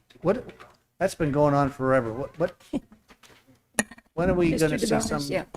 The rest of the building is, pardon me, Chair Allen and Supervisor Christie. There's been work in a variety of the building, but now we're just finally getting to the last two. Mr. DeBonis? Chair Allen and Supervisor Christie, as the county administrator indicated, that project had gone on for some time with the exterior renovation of this building. And so 10 and 11 were intentionally left vacant until a discussion could be had about the potential for relocating the Board of Supervisors and county administration back into that building. And So when did we move out of there, the Board of Supervisors? 21. With the intention of going back in 2022, is that right? Supervisor Christie, I think there were various intentions along the way. And so this has been a Wait, much... 2023. No, wait, 2028. 2024. 2028. Maybe 25. I think it's So been much any discussed. prognostication again? So I would say with the award of this contract, we could expect roughly a 2-year time frame. If you From say now? a year for design, year for construction. Another 2 years? Yes, sir. It's still going to be standing, the whole building, right? It'll be less than 5 years. Well, that's clarity for you. Thank you, Madam Chair. Thank you, Mr. DeBonis. Chair Allen. President? Yeah, so do we have to move? We better after waiting for 55 Well, years. no, I just Chair Allen and Supervisor Hines, I know that there have been opportunities to talk with members of the board and your staff. We had a discussion about this briefly at the retreat. I think we do have a period of time. We're going to need the space built out to move into. It will be ultimately a decision of the board if that's what you choose to do. But I also, and Chair Allen and folks, I don't feel like maybe it's the highest, best use monetarily of the old courthouse building to not have administration in and to rent it out to someone else for money. But I kind of feel like there should be a government entity in that building. Do you all want to move? Chair Allen and Supervisor Hines, I think what we have been talking about is when we finished the renovation on the historic courthouse and we were looking to lease the space, there really was an interest in that remaining 4,400 square feet. I think, which is one of the reasons administration moved at the time. We decided just to move everyone out of 10 and 11 and get the work done in this building. I think that now that people have had an opportunity to see the historic courthouse built out, they can see what it can be, what it can do. What we're looking at is we look at the entire plan to move departments and organizations within the downtown area. We continue to look at this building. The reality is we could rent space to another organization in historic courthouse. We can't do that in this tower. So I think it's some of the options that we're continuing to discuss. I think Supervisor Hines, before you were here, both county administration and the Board of Supervisors were in this building and on adjacent floors. And there was some positive feelings that came from that ability for that close interaction. So I think, as you've heard, we have a year for planning and design, and I think that's the time we'll be able to really talk with the board about what your desires are for the use of the building. Okay, thank you. And Madam Chair, I'm just wondering, and I'll do whatever is the will of the board, but I'm just wondering on number 26, I have a lot to say on that. I'm wondering if it could be continued to the next meeting in the interest of time, or is there a time certain that's needed for this? And if there's pardon me? I think we have to first go through, there's a motion to vote on the combined items, and then we come to 26. And we're holding out 36. Correct. But everything else? Yeah. I'm sorry. Except 26 and 35? Yeah. And I do want to... Yeah, I'm sorry, 35. I also just want to note the importance of item number 22 and our support of naming the Raul Castro Memorial Highway. And I think ours will be the first vote of support for this, and it is being similar asks are being made from the Nogales City Council, Sahuarita Town Council, Santa Cruz Board of Supervisors, all the way on up the stretch of highway. And that stretch of highway going from Nogales up to Phoenix is symbolic of the impact of the work of Raul Castro, as being both, as the resolution already says, that so you've seen county attorney, judge, governor, U.S. ambassador. And so his stretch of his legacy is one in which is reflective of what we are naming. So I'm excited about doing that. That said, all those in favor of this bundle of items? Aye. Those opposed? The bundle of items is approved, 5-0. Chair Allen, Yes, Supervisor Kano. I would like to move that we approve item number 26. Approve it or? Second. Okay. Seconded by Supervisor Hines. Discussion. Chair Allen, if I may. Yes. The item is to appoint a member to the task force. Right. Thank you. Oh, yes. The task force, I've created a task force. Happy to respond to any questions that people might have. And we were looking for people who might be appointed to that. So there's no, pardon me, may I? So there's no discussion of the actual board itself or the oversight committee itself, that whole concept? Chair Allen, Supervisor Christie, not that the action is needed tonight. Happy to have any follow-up conversations with you about what the intent might be and what we're looking for. So this is just a board appointment that we're here to vote for? Or Yes, sir. against? And who's making the appointment? I'd like to make a nomination if that's okay, Chair Allen. Chair Allen, I'm wondering if my colleague from District 1, Rex Scott, would be interested in serving as the board's liaison to the Elections Oversight Task Force. I'll second. Seconded by Supervisor Hines. Seeing yes in the affirmative, I'd like to make that as a formal part of the motion. Thank you. All right. Further discussion? All those in favor? Aye. Wait, is that okay with you? Very much so. We were just gonna you don't get a chance. All those opposed? Item passes 5-0. All right, And now, then, Madam Chair, 35, yes, I'd like to move the item. seconded by Supervisor Hines. Any discussion? All those in favor? Aye. Opposed? No? Item passes 4-1. All right. Now we move to the addendum. Almost. Item number 2. This is waiving pledge and land acknowledgement for study sessions. Move the item? Second. Seconded by Supervisor Hines. Discussion. All those in favor? Aye. Opposed? Item passes 5-0. Item 4, creation of a policy for proclamations. Thank God. I will move the item. Second. Seconded by Supervisor Hines. Discussion. Madam Chair, I'm just a little bit curious. What happens if a department or a department head asks a supervisor to present a proclamation? You've stipulated it in this particular item that each supervisor should be like divvied up a certain quota per year. Would that, from another department, from an administrator or the head of an administration department requesting a proclamation, would that go against my quota or to my quota, or how does that work? You could frame it as going against or perhaps supporting the fulfillment of your quota. It's a glass half empty, glass half full. But I mean, it's up for discussion. For sake What of if I argument, wanted I it- would say yes. If it would go towards my quota? Because I could always disagree and say, no, I won't. It's true. The other question I have is, what if I get a quota of 24 proclamations a year, and I decide, next meeting is April 21st, I want all my proclamations proclaimed. I mean, I think we've done that. Yeah, that was the last meeting. I mean, It would be Christopalooza. Yeah. Be something else than that, too. I'm just wondering if maybe we should reflect on this a little bit more and continue it and submit recommendations or ideas to the chair.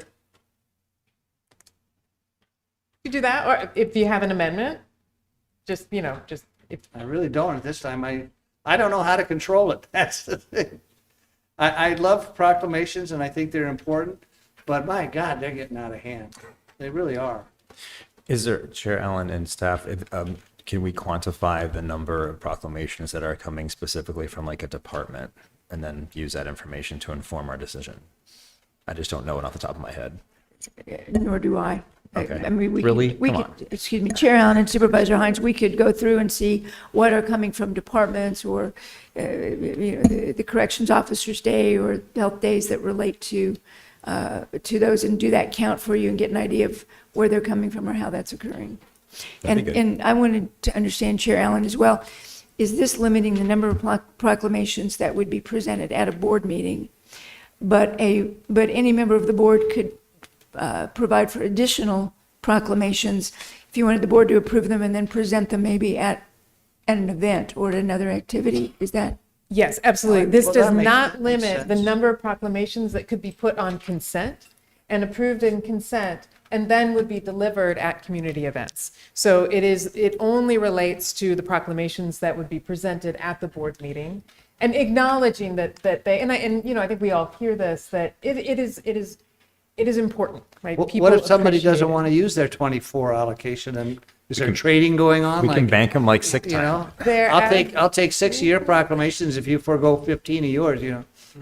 And I'm as guilty as anybody. I've been putting, but here's an example. I am not guilty. Here's an example.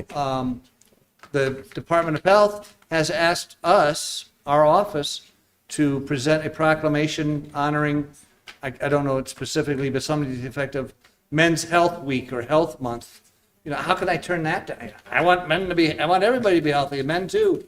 But I didn't bring it forward. I was asked to. That would be a departmental one. Forgive me, Chair Allen. So our wonderful clerk just noted that the item is explicitly directing the county administrator to create a policy. So per our own definition here, it We'd is like going to that come back right back. away. It is Right going to come away. back to us. Are you deferring that till January, Jane? Chair Allen, Supervisor Cano. I think we've belabored the point that a draft policy is forthcoming. I'm not interested in this board having a proclamation police. I feel like the most important thing that we ought to be doing is distinguishing what should be on a public-facing agenda with the presentation to the public versus what can be on consent for a presentation in private or at a later time. And it's going to require an adjustment. I have never seen a cap like this, but I feel like the board should absolutely recognize that the flexibility in this policy is based on the 5 of us coming together around consensus, and how that happens, which meetings it happens. That's why we have an agenda committee now. That's why we are tasking the clerk and the administrator to come up with this. But all really good questions for what I hope will be reforms so that we cannot be here until 10 p.m. All right. So, Madam Chair, Yes. just to wrap it all up, we will be expecting a recommendation from the county administrator. Yes. All right. We have 3 items left. Do we have to vote on it? Oh, and then we have to, oh, sorry. All right, all those in favor? Aye. Opposed? Item passes 5-0. Item 5, procurement contract with Sun Construction. I'll move the item. Second. Seconded by Supervisor Hines. Discussion. All those in favor? Aye. Opposed? Item passes 5-0. I will bundle up items 6 and 7. Both of these are appointments. I will move to approve the appointments. Second. Seconded by Supervisor Hines. Discussion. All those in favor? Aye. Opposed? Item passes 5-0. And we are adjourned. I think it's 8:30. That's not bad. Okay. It's only 18 minutes beyond your wager.